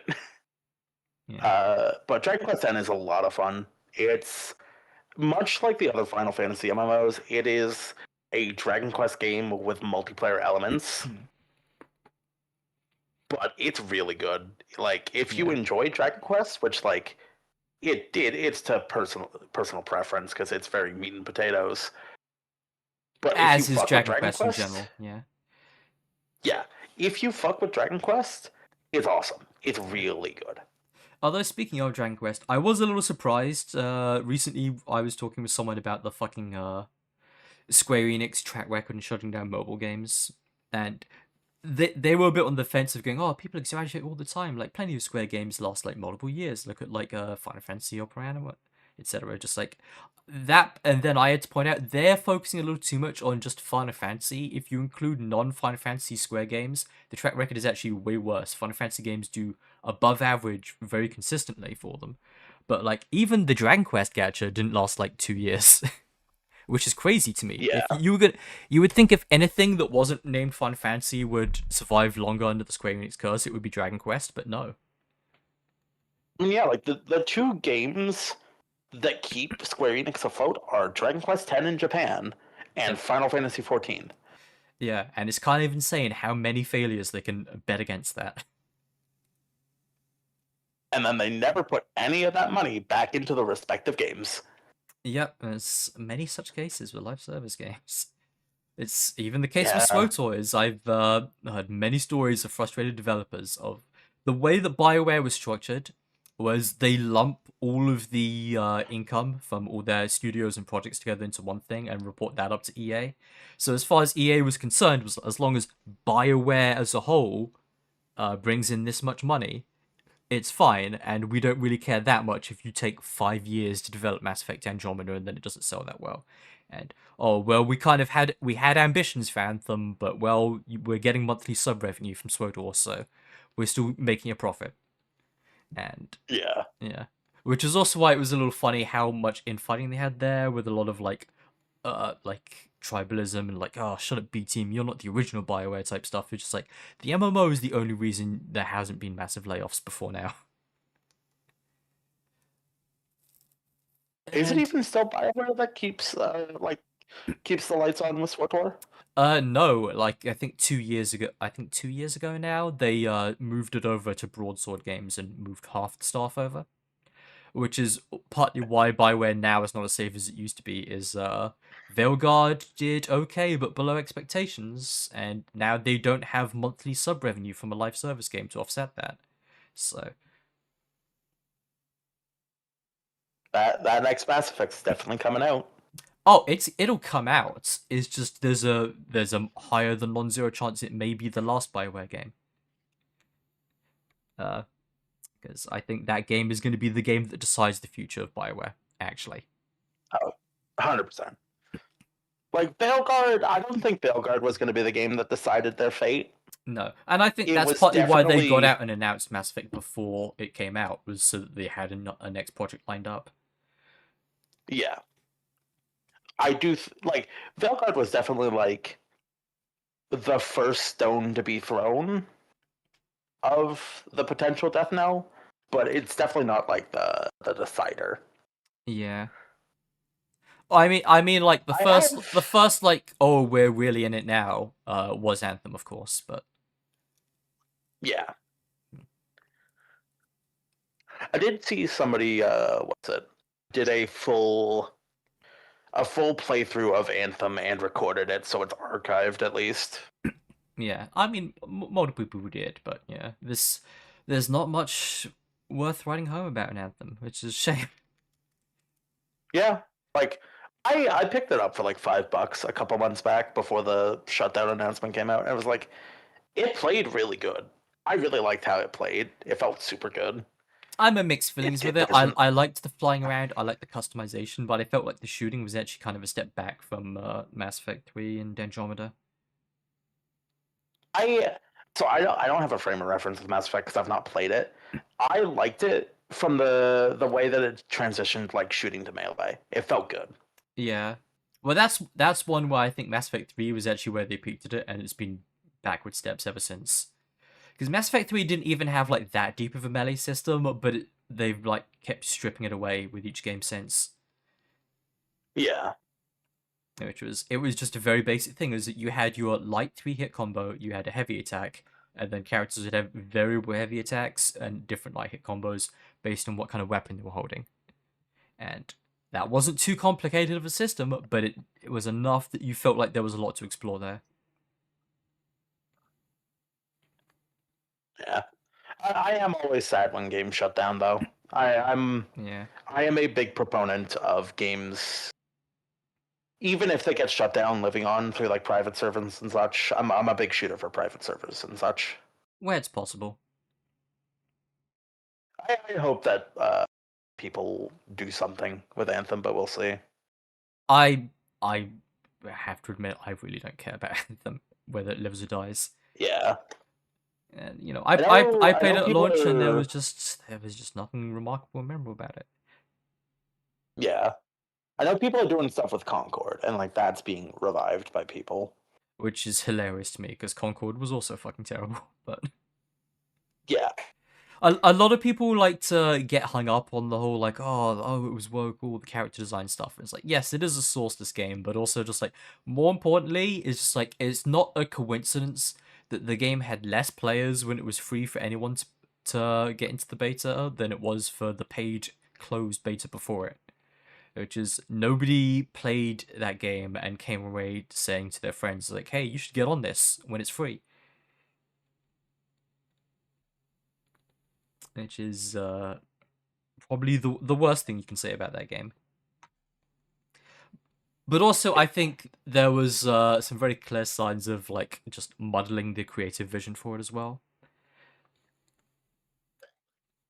Because if you got into the fucking like ranked competitive mode where it was limited respawns, you definitely suddenly understood the character kits in a way that was more like, oh, this game was built around single elimination, like no respawn type game modes, and then they retrofitted it into an infinite respawn type game to try and casual it out.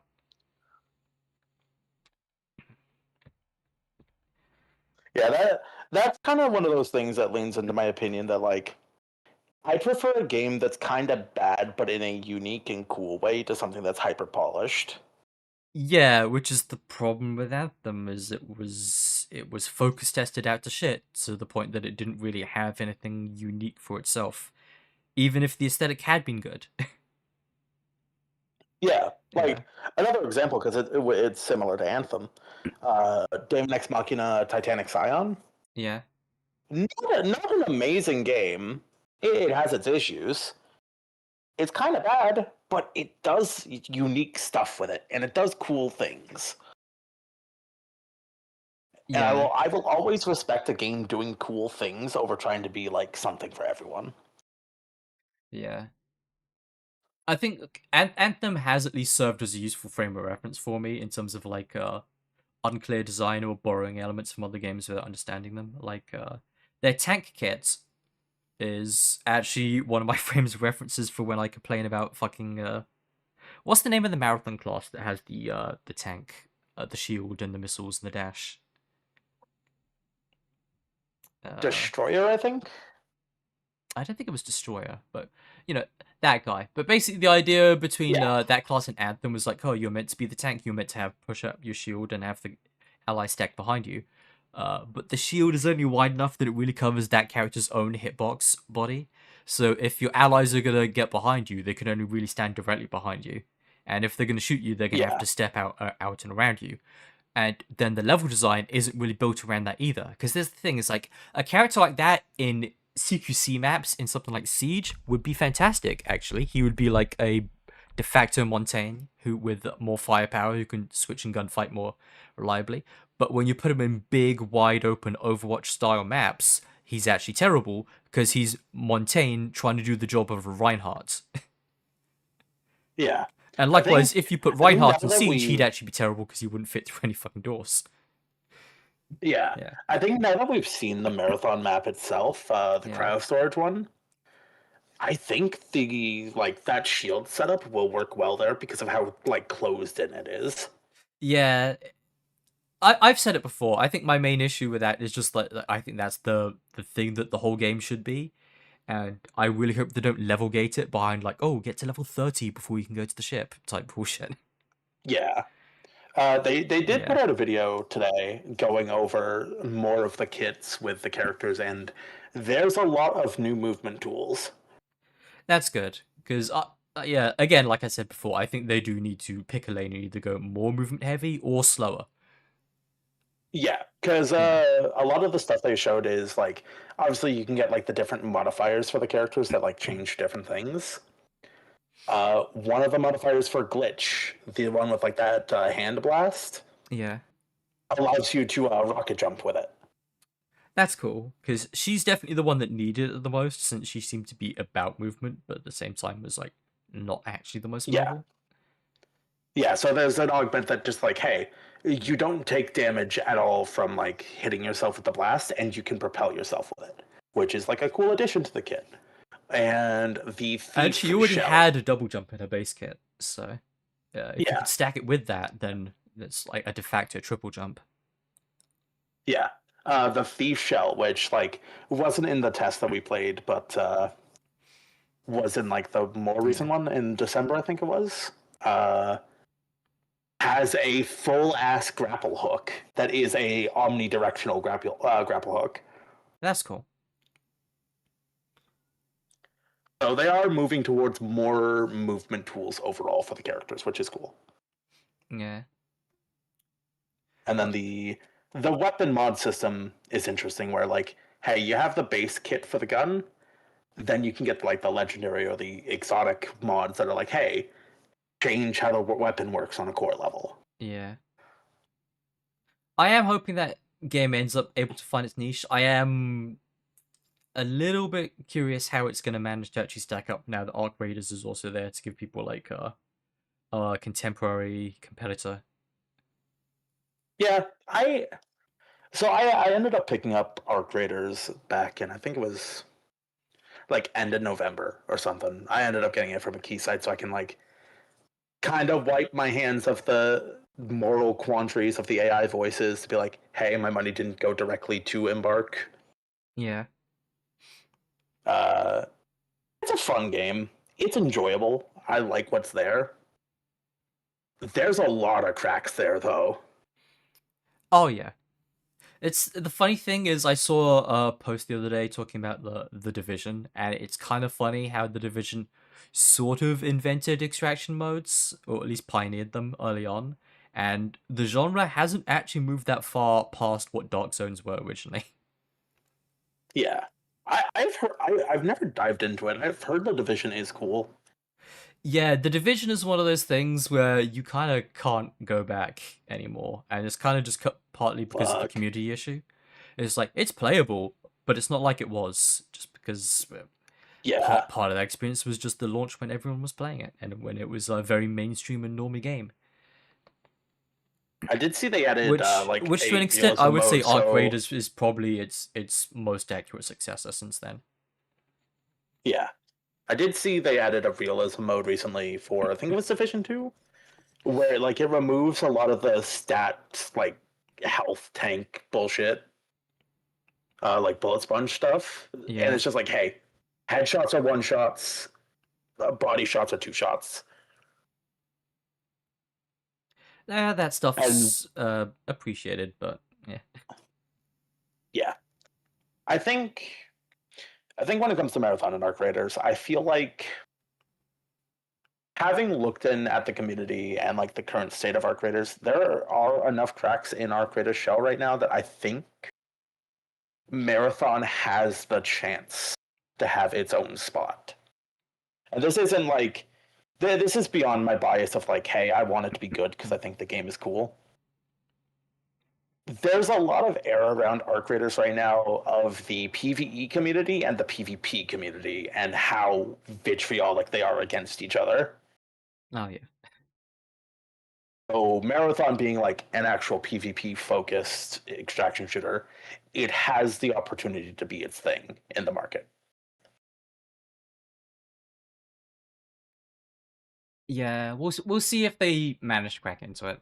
The proof is just ultimately going to be in the pudding of what their 1.0 offering looks like and how it resonates with people. I am a little curious about the social aspect and how their proximity chat ends up working out, but Yeah, I'll so before release, they're doing like an open test for people. I'll probably be picking it up day one though. Yeah, I won't be spending money on Marathon. Maybe when it goes on a deep discount later, but likewise, I also wasn't spending money on Arc Raiders, so I'm not the audience. Yeah. Clearly. I'll at least try to drag you into the open test when I do that. Yeah. Yeah, when I'm able to try it for free, I'll put the time in, but yeah. They said the open test will be like the weekend before release, so that gives us a little bit of a time frame of like when it's going to come out. Yeah. I'm sure they don't even know when the actual release date's going to be yet, so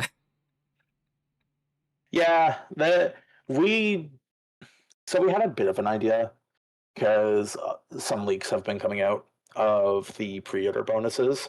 So presumptions of the pre-orders opening up soon are like germinating about right now. yeah. I imagine it's more of just a floating target on when they can actually hit their goals. It is very funny to imagine the timeline where they hit their original release date though, and how much of a shit show that would have been. Yeah, like playing the test in October and now seeing how it is now, it's like fuck. That first one was rough. There's just no timeline where that original release date would have worked out well for them. Yeah. Which I'm glad it's had more time in the oven. I think visually it is so much better now. It looks really good right now. They've dialed the visuals into a point right now where it's like it looks really good. Yeah, I mean, I'm just always going to be complaining that they launched that high quality pre-rendered CG with the same aesthetic. I'm just like, man, I really like this aesthetic a lot more when it's applied to a realistic execution of it, compared to the sort of toony version that in-game has. So I don't think I'm ever going to get past that. Yeah. Also, because it's on the mind, so before the test ended that we played. But to be fair, I also have that problem with SWOTOR, so.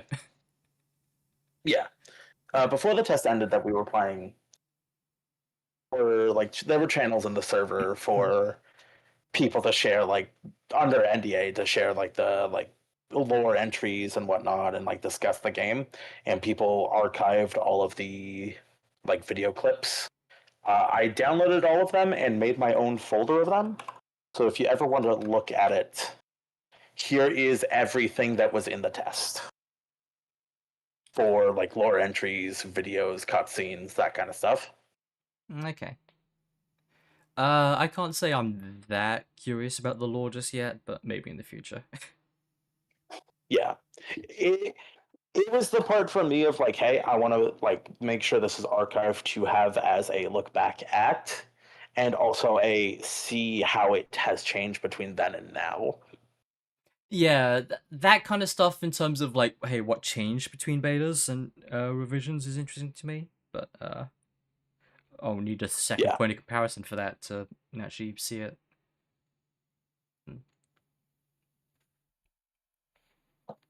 Plus, it's just cool to have it because it's like, hey, I didn't have the chance to like do everything in the test, so like I can sit down and like read the lore entries and whatnot. Yeah. Because I'm sold on the setup of the game. I think they have a cool setting of this is set after the main games, and it is humanity finally getting to Tau Ceti 4 and seeing what the fuck happened here that put the UESC to just entirely shut it down. Yeah, I'm kind of interested in that, but at the same time, I'm not a big fan of having that lore obfuscated behind collectibles and readables only in a battle royale format. Even if the original games were also heavily reliant on readables, it's kind of a weakness of those games that I think I wish they would overcome. But it's also a criticism I have of Halo. Well, I wish a lot of that terminal lore wasn't just fucking terminals. Yeah. It comes down to the preference. I think it's cool. I like the Dark Souls style of narrative. I like it when it's a supplementary thing, to a bigger and more accessible story, and I don't quite like it as much when it's the only thing. I think Souls games often come off on the wrong side of that for me, where like I know a lot of people in the tank, but when people genuinely go, "Oh, finish the game," and then go watch this Vati video, that's like the worst thing you can say to me about a game. Yeah. My prediction for Marathon is for like the narrative is it's gonna have the cutscenes with like the contractors and the companies. It's gonna have the lore entries. I think that's going to be like the out of direct game stuff. I think there will be a in-game A to B narrative outside of like the readables. Yeah, which doesn't hinge on you doing fun COD Zombies Easter eggs. Yeah. Yeah. I am excited for the COD Zombie Easter eggs to get lore shit though. That's gonna be fun. Oh, you know, there's definitely an audience for the freaks who like that stuff, but it can't be the main thing. Notable freak who will enjoy that. That's the peak shit. Anyway, I think I'm probably going to go to bed, and we'll see about Red versus Blue tomorrow then. Indeed. Have yourself a good night, Asuna. I'll see you around.